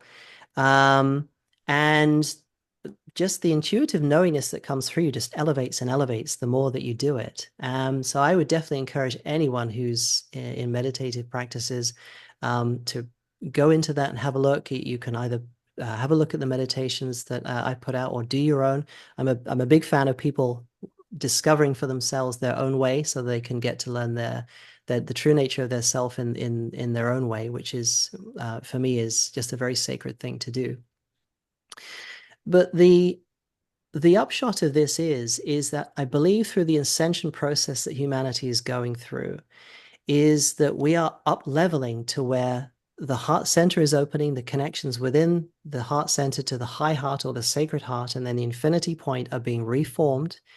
So humanity has this very profound direct connection back to source again, so that we live from that source intelligence within us, which is who we truly are. And then all action from that is innately benevolent. It is innately compassionate. It is innately thoughtful towards others. You don't even have to effort. That's just the nature of that source field that comes through us, through our, as our higher self and sacred heart center. And it's a wonderful thing to see. And, and the perceptibility that I find that comes with this, you get this instant snapshot of people. You can see lots of things about what they're going through, just a whole array of them. And that's what happens when your perceptions become more quantum-like, is that you get that snapshot. Because in quantum energetics, again, there's no time and space. Those are constructions in the more denser realms. And so you get this complete snapshot. And whenever I go up onto the ships, one of the things which I mentioned to Michael Sala was that they don't say anything. They wait for me to get a snapshot of their energy so I can feel who they are. I can feel what their intent is, and I can feel what they would like to talk to me about. And they'll sit there and they'll just smile at me and wait for me to do that. And so I can get a good impression of who I'm dealing with and what it is they want to do. And I would encourage anyone, because some people have asked, well, how do you discern somebody coming into your environment, if they're a good person or a bad person, or they got bad intent, good intent? How do you know? And so I say, well, the trouble is, if you try and pick it to pieces with your mind can be fooled, because it operates in a certain realm which cannot perceive so far down. But if you see and perceive from your heart center, you get a complete snapshot of the entire being. You know their pitfalls, their flaws, what they're working on, their true light, everything about them. It's a quantum snapshot. It's like everything overlaid into one, and you get a chance to have a snapshot, and then you can feel into that energy, search around, feel around what's inside there, and then you go, okay, I think you're a good person. I can work with you, something like that. So that, David, your guides and your Elohim and your ET teams, they are very gentle with you, because they wait for you to give permission every step of the way. So it's genuinely resonating. I think we are running out of time now. We got you've been talking for 2 hours. Sorry, I've run on a bit. It's okay. We're running out of time, but we want to see your invention. I could waffle on like the best of them. Yeah. I know. We want to see your invention and how it's going to help us. Oh, for sure, definitely. Most of us are so damaged. We want it to be regenerating again. Yeah, sure. Okay. Well, that's the next slide, I think, if I remember correctly. Let me put these slides up and we'll go through these quickly, because I'm aware of the time is it's getting on a bit. So just to recap, so basically there seems to be this mechanism of how source energy encodes energies, and how matter can be formed by the principle of lensing energy codes. So I believe that physics ultimately comes from these high dimensional principles that play themselves out through coded behavior of matter, so to speak. So we've already talked a little bit about that, so I won't go into too much detail, but you wanted to see the the devices. Oh, just very quickly before I go on. So again, as humanity moves up in consciousness, the physics of energy and how it behaves is going to change also, because our perception of higher dimensional fluid living energetics is coming into play. And here, for example, is a really good example of a recent photograph of lightning circulating around like this. Now, conventionally, previously, I don't believe I've ever seen or ever heard of anyone taking a picture of lightning that does this. Now, quite possibly there's a ship in there doing this, so it may not be a natural phenomenon, but I really wanted to give your audience an idea that energy is actually changing, and it's changing along with our consciousness. It really is moving.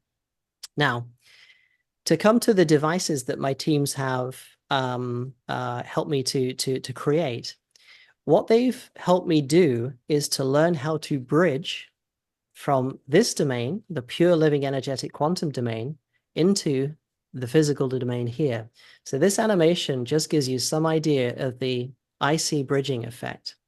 And what ISEE stands for is infinity, synergy, energy, evolution.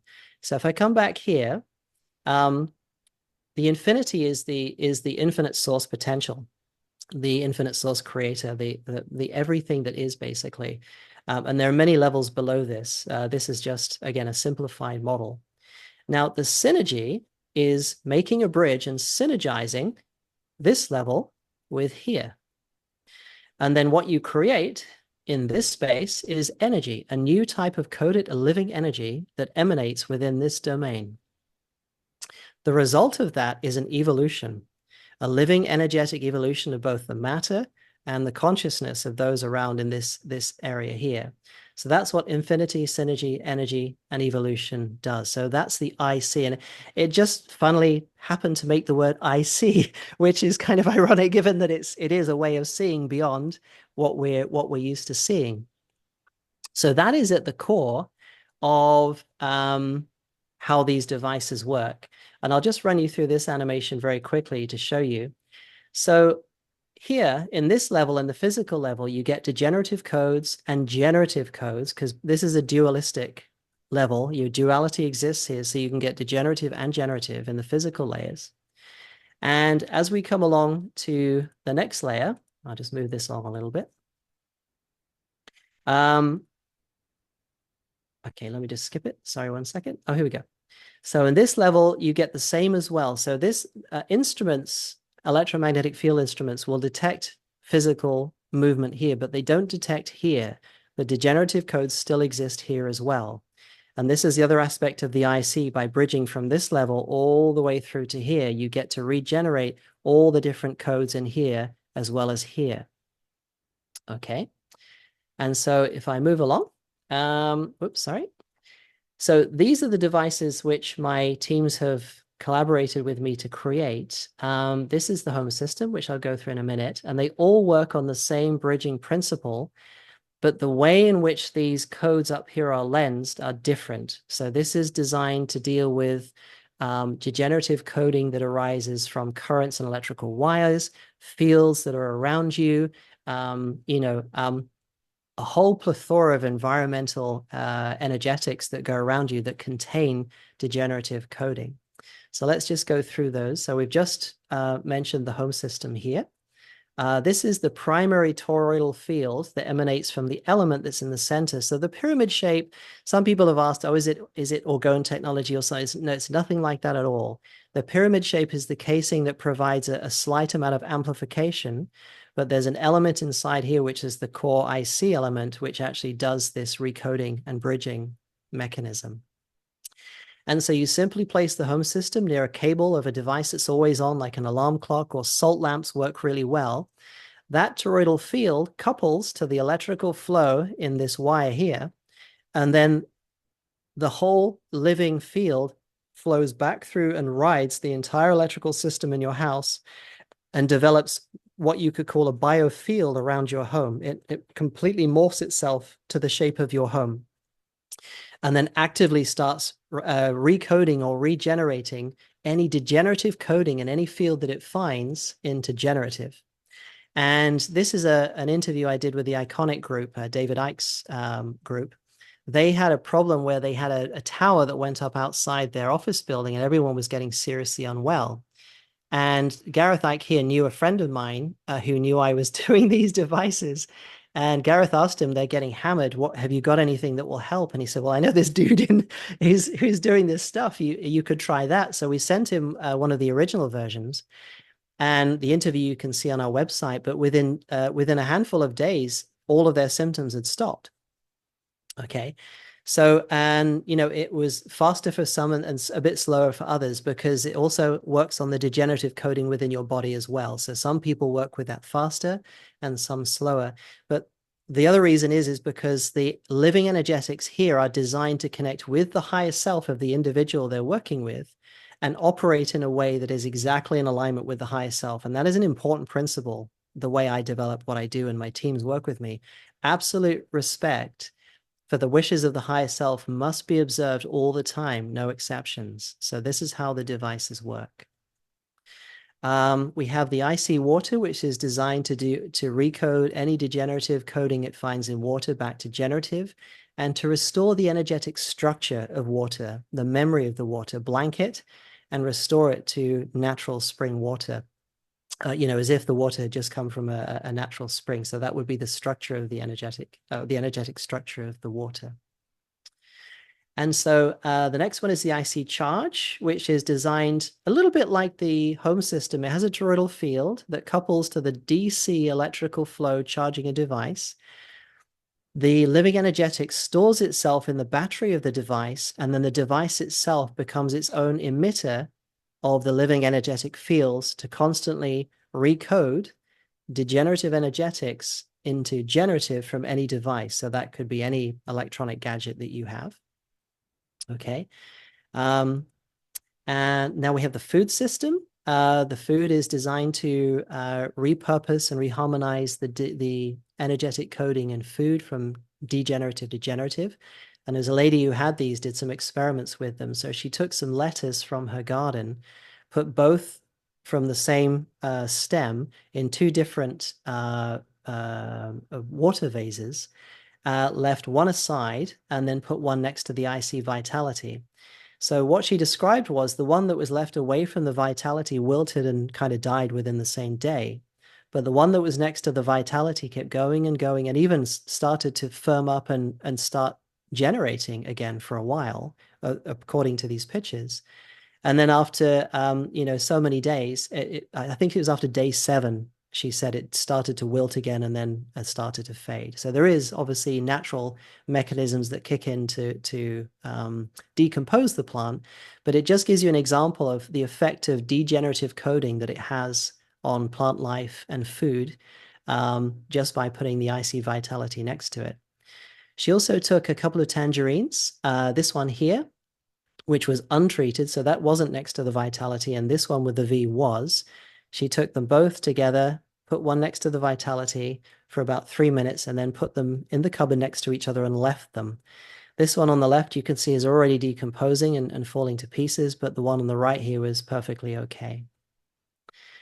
And lastly, we have the ISEE motion, which is designed to go into your car. So very similar principle to the home system, but it's designed specifically for any degenerative coding it finds in an electric vehicle or a petrol vehicle or any vehicle that you have. It could be a lorry.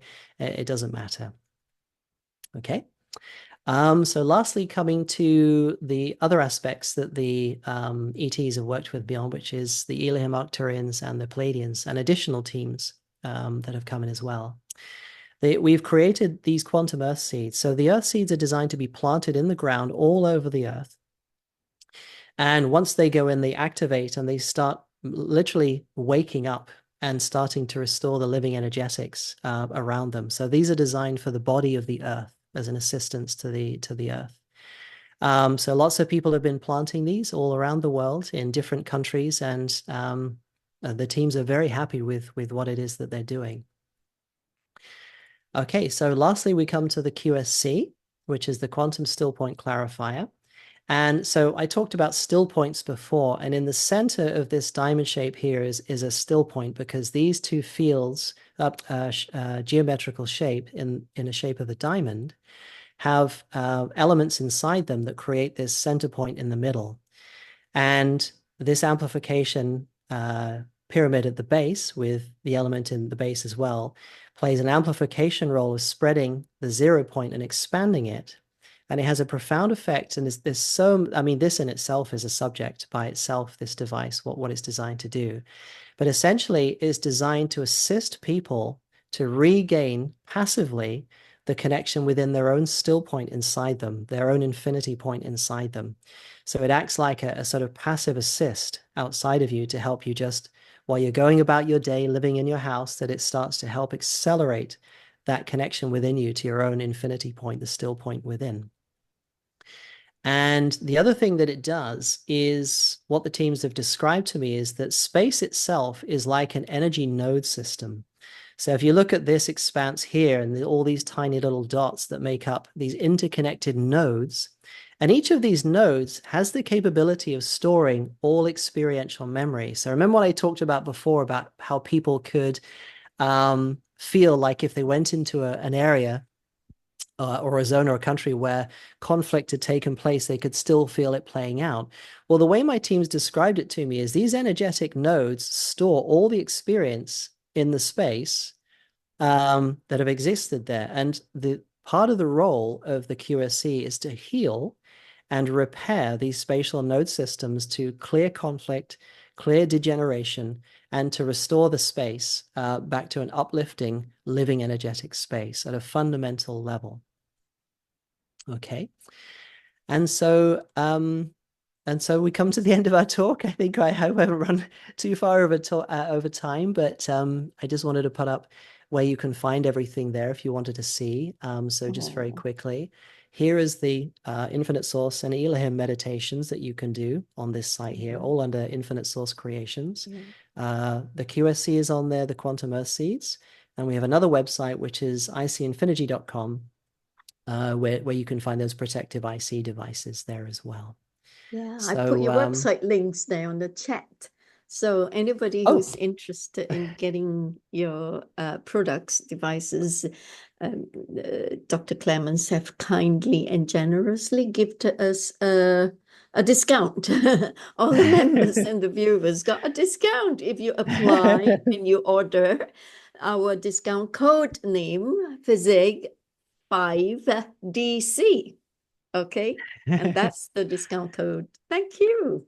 You're very welcome. And just if anybody is drawn to them, and I always encourage people that, you know, for anything that you get, you know, obviously feel into your higher self. And if your higher self wishes to go ahead, that's the place I always recommend doing it from. But we've since we did the talk with Michael Sala, we've had a huge number of orders, and we're working like crazy to build so many. And we've got a backlog of maybe about 6 to 8 weeks so far on the home system. So it's going to take a bit of time to get back up to speed. So it's really very much in demand because it's proven. If you go to David's website, which I put here on chat, you'll be able to see the testimonies, which is amazing. I mean, it's proven. Right. So I want to start the ball rolling on the Q&A. We only have a few minutes, like 10 minutes, 15 minutes left. Otherwise, it's too long a recording. Can't cope. Yeah, sorry for overrunning. No, it's all right, but it's good to learn your science. It's really good, as I say. I did say, you know, you can carry on. So you were saying, before I pass the microphone to co-chair Dr. Frass, I wanted to ask you about the sub-quantum layers that you were explaining, which is really fascinating because with this sub-quantum layers between pure quantum and sub-physical of the materialization in matter, right? You can actually infuse the isn't it made of mathematical codings? The how does the where you can well, where the regenerative codes exist, can you not do what the other scientists are doing? That they are writing the codes in it, like gene splicing, gene therapy, and Well, all that. No. that's a good question. I'm glad you asked that, because here is what I recommend to people. You see, when scientists go in and they mess with things, they are Mhm. tinkering with things not necessarily on a level that is consistent with a higher self. And so they may be pushing things in different directions, which is not actually a good idea. And, I'm sure you and all of your audience know exactly what I'm talking about there. Yeah, we And do. so I would say that the beauty about learning to bridge from within to the infinite source, your high self, is that the coding that comes forth is exactly coded to precisely the way that your high self would love it to be for you. Because, and that's very different from intellectually thinking, oh, here's a DNA strand. I think I understand how this works, but I'd like to change this, this, and this. But, I say, do you really understand what you're doing? Because there are so many different multidimensional layers to DNA.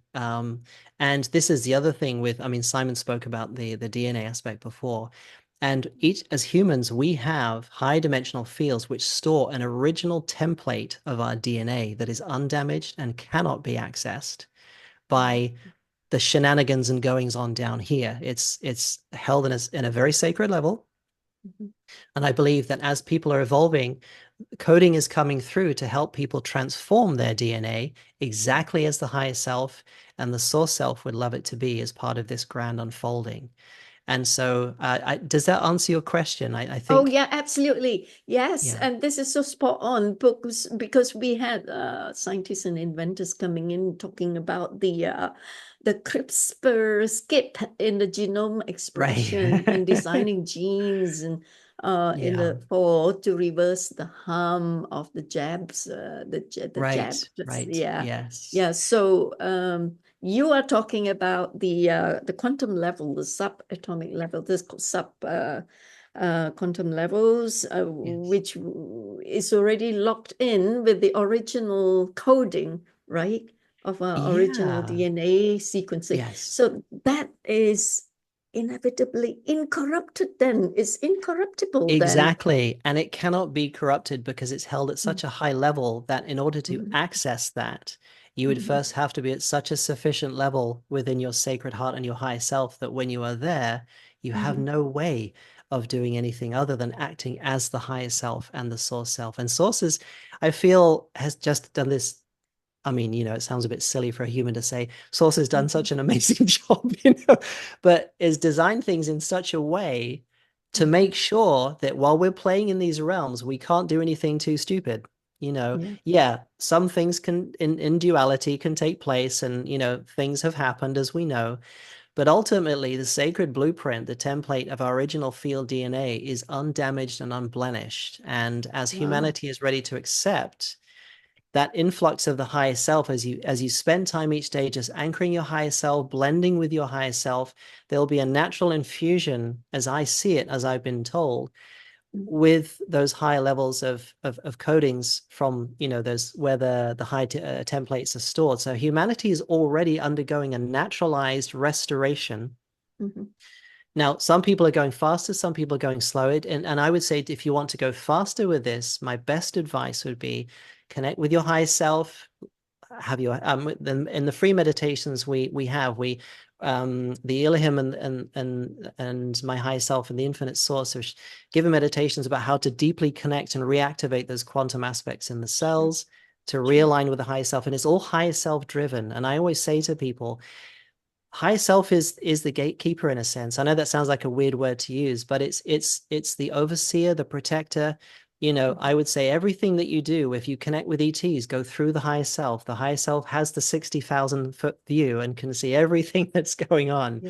Yeah. That's Mhm. always my view. That's how I'd Sure, recommend anybody to do sure. it, definitely. David, so you're giving us hope now, humanity, those who had been coerced into the humanism thing with the jabs. So there is hope for them to go into that layer, that subatomic quantum layer, where you can actually transform the degenerative into the regenerative with your devices. Yeah. So the degenerative is like, you know, Masaru Emoto's work with water, beautiful, beautiful work. We are familiar And with all of that. that sounded a bit like Trump then, didn't it? Beautiful, beautiful. So I just realized that.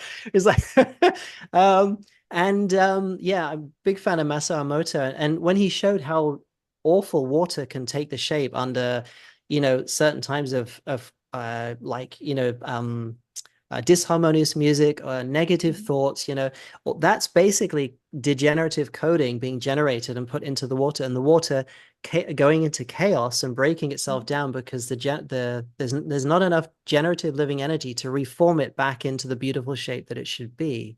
And so what I was saying, to the hope that I would offer humanity is, you know, to be an absolute joy, because the bridging, the connection that you innately have that's reawakening inside humanity to connect with your source field, your higher self, is awakening.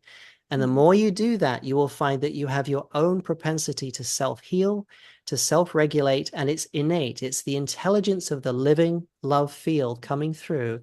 And you know, love to me is the source, the living intelligence of source. And it knows exactly how to arrange everything to provide the greatest path of joy and expansion in you.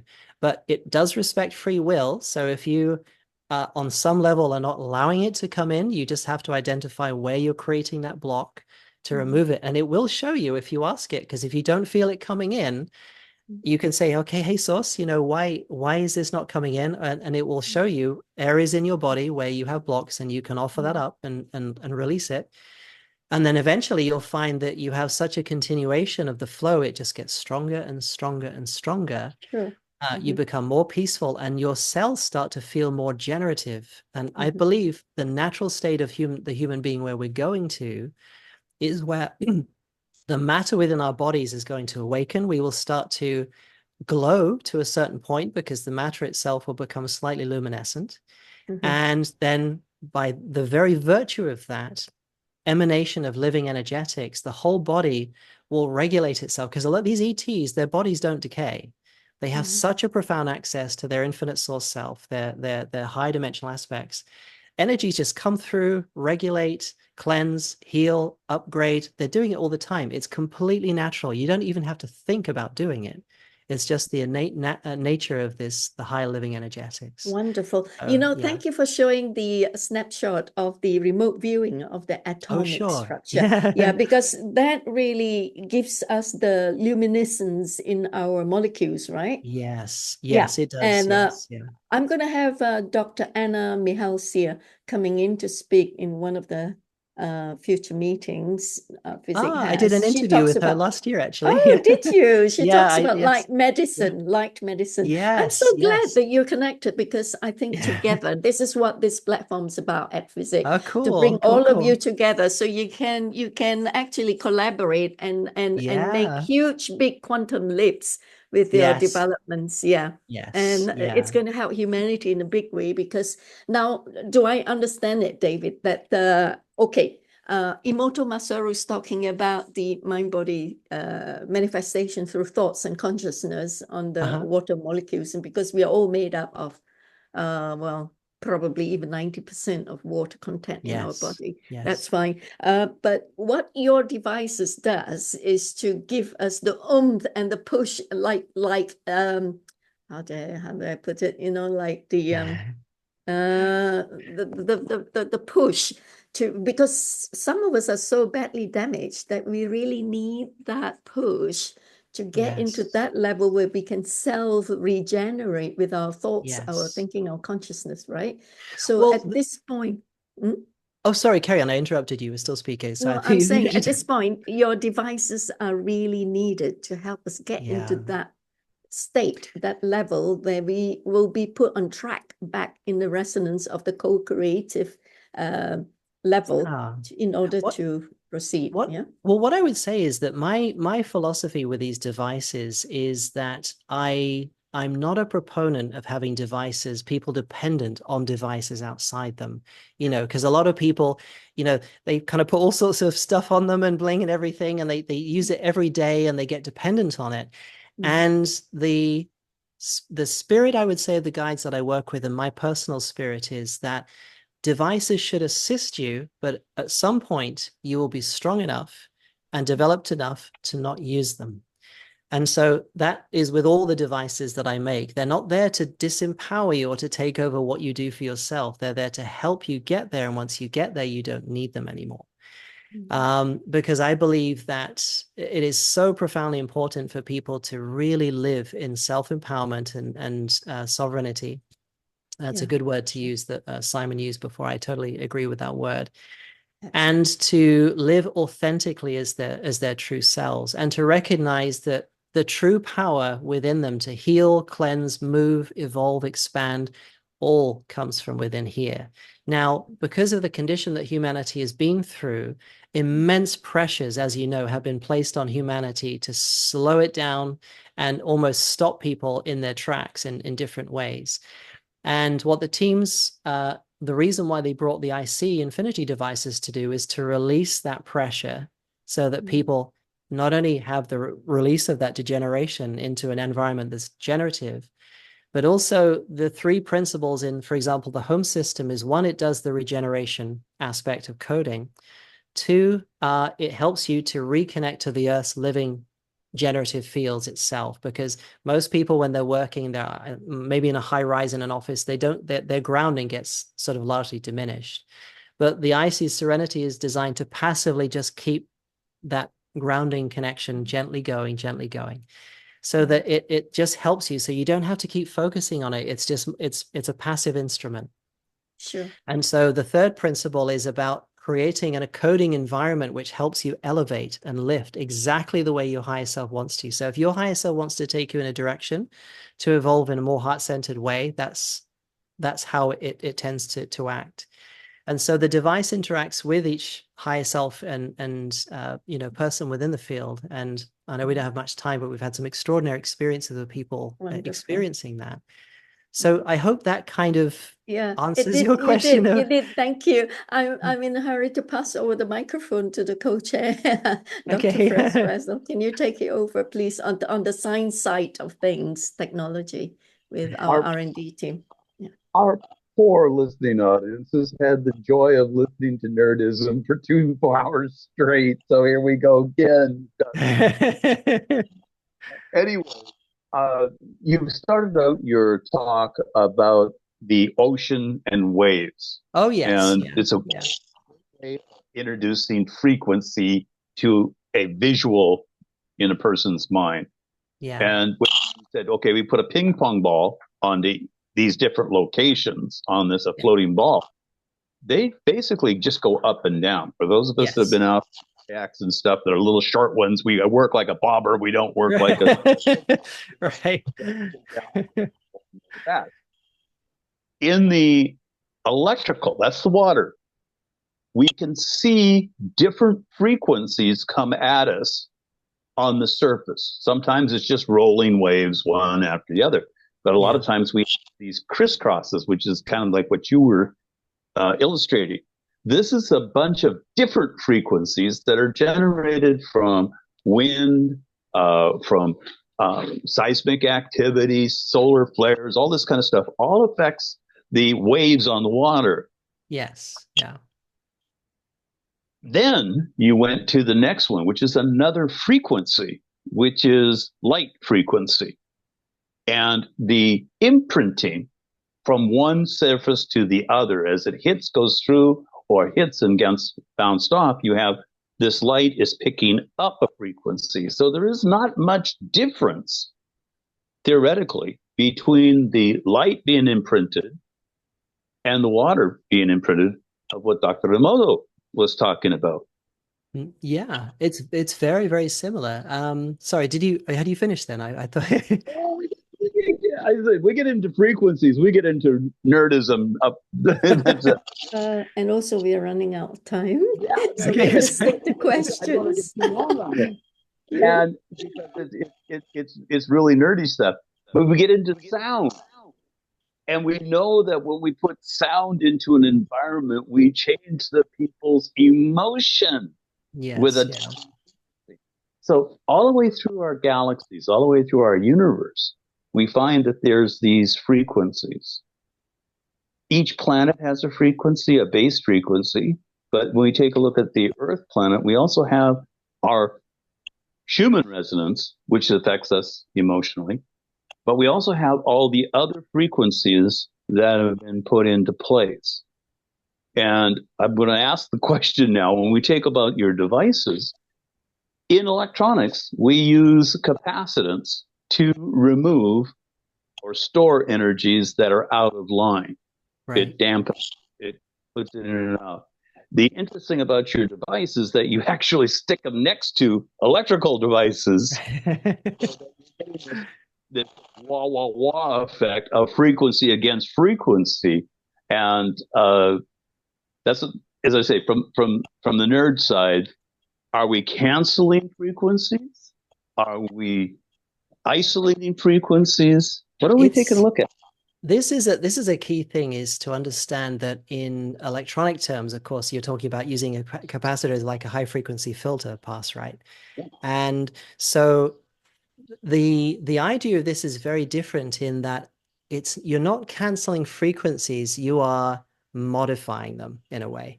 So if you imagine the coded packets themselves are complexes of frequencies, what you're doing is you're changing that complex into something that would be inherently destructive or chaotic when it interacted with matter, into reshaping it using living intelligent energetics to remold it into something that now becomes generative.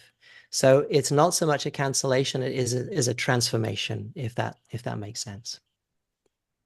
And I think that's as far deep as I want to go with what everybody's had to go through. You and I could have a great. Back to you, Crystal. I just wanted to say that I would expect you and the R&D team members to ask David about the winding of the coils in the caduceus helix.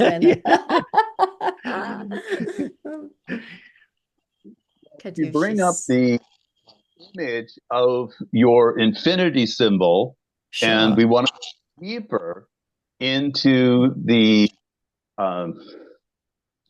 DNA the helical formation. Yes. I can give you a team here on what we're talking about and how it works together, because what we're working on is very, very similar. Okay, cool. You want me to get that picture up, or do you have that there? If you've got it, if you bring it up, that'd be great. It's basically the infinity symbol with the flat plane through the center of that. Yeah, in this one here. That one you mean? Yeah. You bet. This is a wonderful illustration in many, many ways.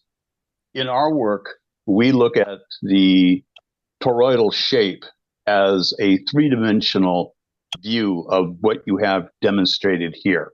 Right. Yeah. But you know you're what? Looking at of the species of this, and the 0 point ends up being dead center.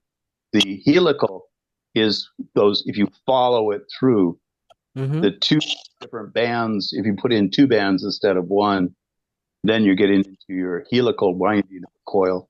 And go ahead, Crystal.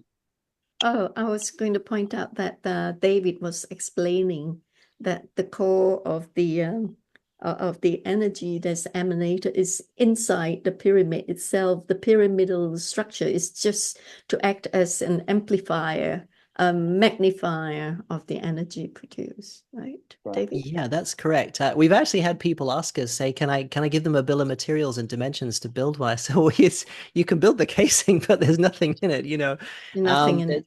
No, that's the thing. I mean, pyramids have phenomenal properties by themselves, but there's a whole science, I would say, behind what goes inside the core, that's a whole volume of information that the teams have given me. So, you know, I mean, if we ever meet in person, I can tell you a little bit more about that. You I know, love to. Ooh, I love to know the science behind it. Oh, how does the phase conjugation come into the equation here? Do well, you employ that? phase conjugation is in a way it's another form of counter rotation. Counter Yes. rotation is like a phase conjugation of vortices. So for your audience, if you haven't come across those terms, like you know, phase conjugation is where if you take, if I can do it with my fingers. So if you can imagine like this is a sine wave going off this, and this is another sine wave upside down. If you bring them like this, you phase conjugate them. So you effectively collapse and cancel out. And what Tom and John Bedini were always interested in was phase conjugation to reveal the substructure within the wave by canceling out those two carrier waves, like it would be an electrical signal, a potential signal, and then you could phase conjugate that and reveal the substructure. But I would say that the larger physics to phase conjugation is actual counter-rotating vortices, which I see phase conjugation as within that science of counter-rotation. So counter-rotation, in a sense, if you think, how do you reveal, if you're in a realm of polarity, how do you reveal what's beyond polarity? Well, you have to collapse polarity, which in itself is a phase conjugation. Okay. Now, this is where 0-point counter-rotation comes in, and that's why ancient races use, like, you know, there's a lot in Egyptian culture going all the way back, you know, they seem to show that they were using vortexing energies, and if you counter-rotate them, you collapse them in what would be considered a vortex equivalent of phase conjugation to reveal the non-polarity 0-point that comes through the middle. And that is where you can retrieve the pure quantum level of the original Yes, because DNA, you know. yeah, and I think that's how this reality was designed, that once people became aware enough to understand counter rotation and or phase phase conjugation in a way. But to me, counter rotating vortexes goes a step further, because phase conjugation is to do with collapsing certain types of polarities, but counter-rotating vortexes can actually open up as if like a gateway to multidimensional spaces. So I would say that I would consider phase conjugation a subset of the science of counter-rotating vortices, if that makes sense. That answers your question. Yes, absolutely. Thank you, David. Hey, back to you, Fraz, if there's any last question before we close up, because I can see the synergy of collaboration here. That is our R&D team. Just to make that clear as well, I know some inventors I've come across are very territorial about their ideas. I've come across a few of them, but I'm very happy to, the requirement that I really have is that you really must be working from your heart center, from your heart. We all are. And so, we thank you for being so open and so clearly speaking at a level where you are imparting knowledge to us in detail. You're very welcome. Bear with us. This video recording is very long, but it's really worth to go through the whole length. That's my fault. Thank you. So, Fraz, anything else? One last.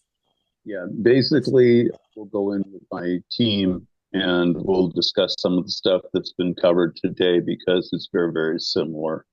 Cool. I'm going to respect the time that we've used up so far on Crystal's computer and stuff. And looking forward to talking with you again, Doctor, in a very near future. Yeah, likewise. Please call me David. I never use that doctor title. Thank you, David. You're so humble and pure in your heart. We will have you back, okay? If you will come back to tell us more.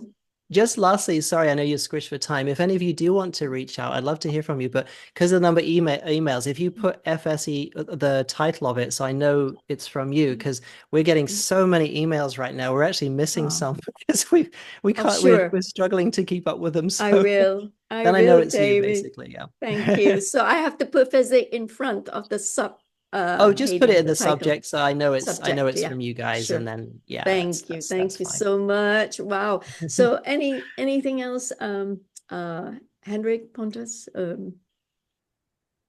Jerry? was wondering about the coil, Michael. this helix coil, if you have some data, how it's done, length or wire size, and is it some Right. type of core inside? Is it air or is it a ferrite bed, or what do you have?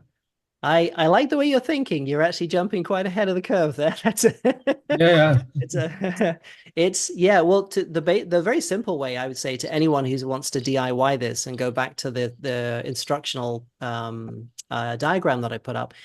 When I first made them, you just go into a field, get a couple of spindles, tie them one end, come across, put it into a drill and just turn it, and just ask your higher self to give you the go ahead when you need to stop. And then you just wind that back up onto a spool, and then you're good to go. Depending on the frequency of the helix, depends on what type of energy as well that you want to create. So you need to be specific with your higher self, perhaps, about what it is that you're looking to generate, and then ask your higher self to give you, however you work with your higher self to get you to understand where you need to stop. But yeah, there is something, there's a whole new science about like what can go in the core of the coil, and it's a whole, again, a whole subject by itself. Thank you, David. Oh, what about Matthew, Billy? You got anything? What happened when you amplified the back end battery on the Bedini? Amplified the voltage on the back end battery. Did it sustain, or does the front end voltage have to match the back end voltage? The way it works is because the type of energy you're dealing with, it likes impedance or resistance. It works opposite to conventional entropic energy. So instead of meeting resistance and going bleh and stopping, it loves, like Nikola Tesla found when he was working with it, he found that it didn't want to go the easy route. It wanted to go the impedance route or the resistance route. And so the more batteries you have on the back end, adding up the impedance, so you add them up in series, not parallel. You want to make a big impedance out of the back end, the better it works. So that's what John found. The more batteries he stuck on the background, the better the charging worked. So it's more amplification coming out from the voltage. Yeah, the more impedance you put on the back end. Yes. So you only need to use the same battery on the front end. You can just add up batteries on the back end, and that's how John did it. And he found that they charge way better with more impedance, for sure. Wonderful. Cool. So if you have a little bit of time in the future, Sure. if we are stuck anywhere, we can call upon you, right? Oh, for to sure, come in and definitely. give us some Yeah, guidance. sure. Thank you. There you go, Matt. Matthew. Thank you. You're welcome. No worries. Everyone's asked questions. And for those that haven't, just thank you for listening to me. Thank you. So there being no other business now, the second session of our 130th FESIG meeting is now adjourned to the 131st meeting on the 8th of December. Is it the 8th? No, 11th of December, sorry. And it's not at the same time. It's at 1 p.m. GMT. And 2 p.m. European time. Okay, just bear that in mind. I'm sorry for us. You have to wake up at 5 a.m. in the morning, but that's the only way we can do it. Yeah, okay. There's only one person in the world that has to worry about it. It's me. Okay. Thank you. We love you. Thank you so much, Dr. David. You're very welcome, and it's lovely to meet all of you guys. And I hope to be in touch with you soon and see what maybe we can come up with together, for sure. So absolutely. Thank you so much for keeping in touch.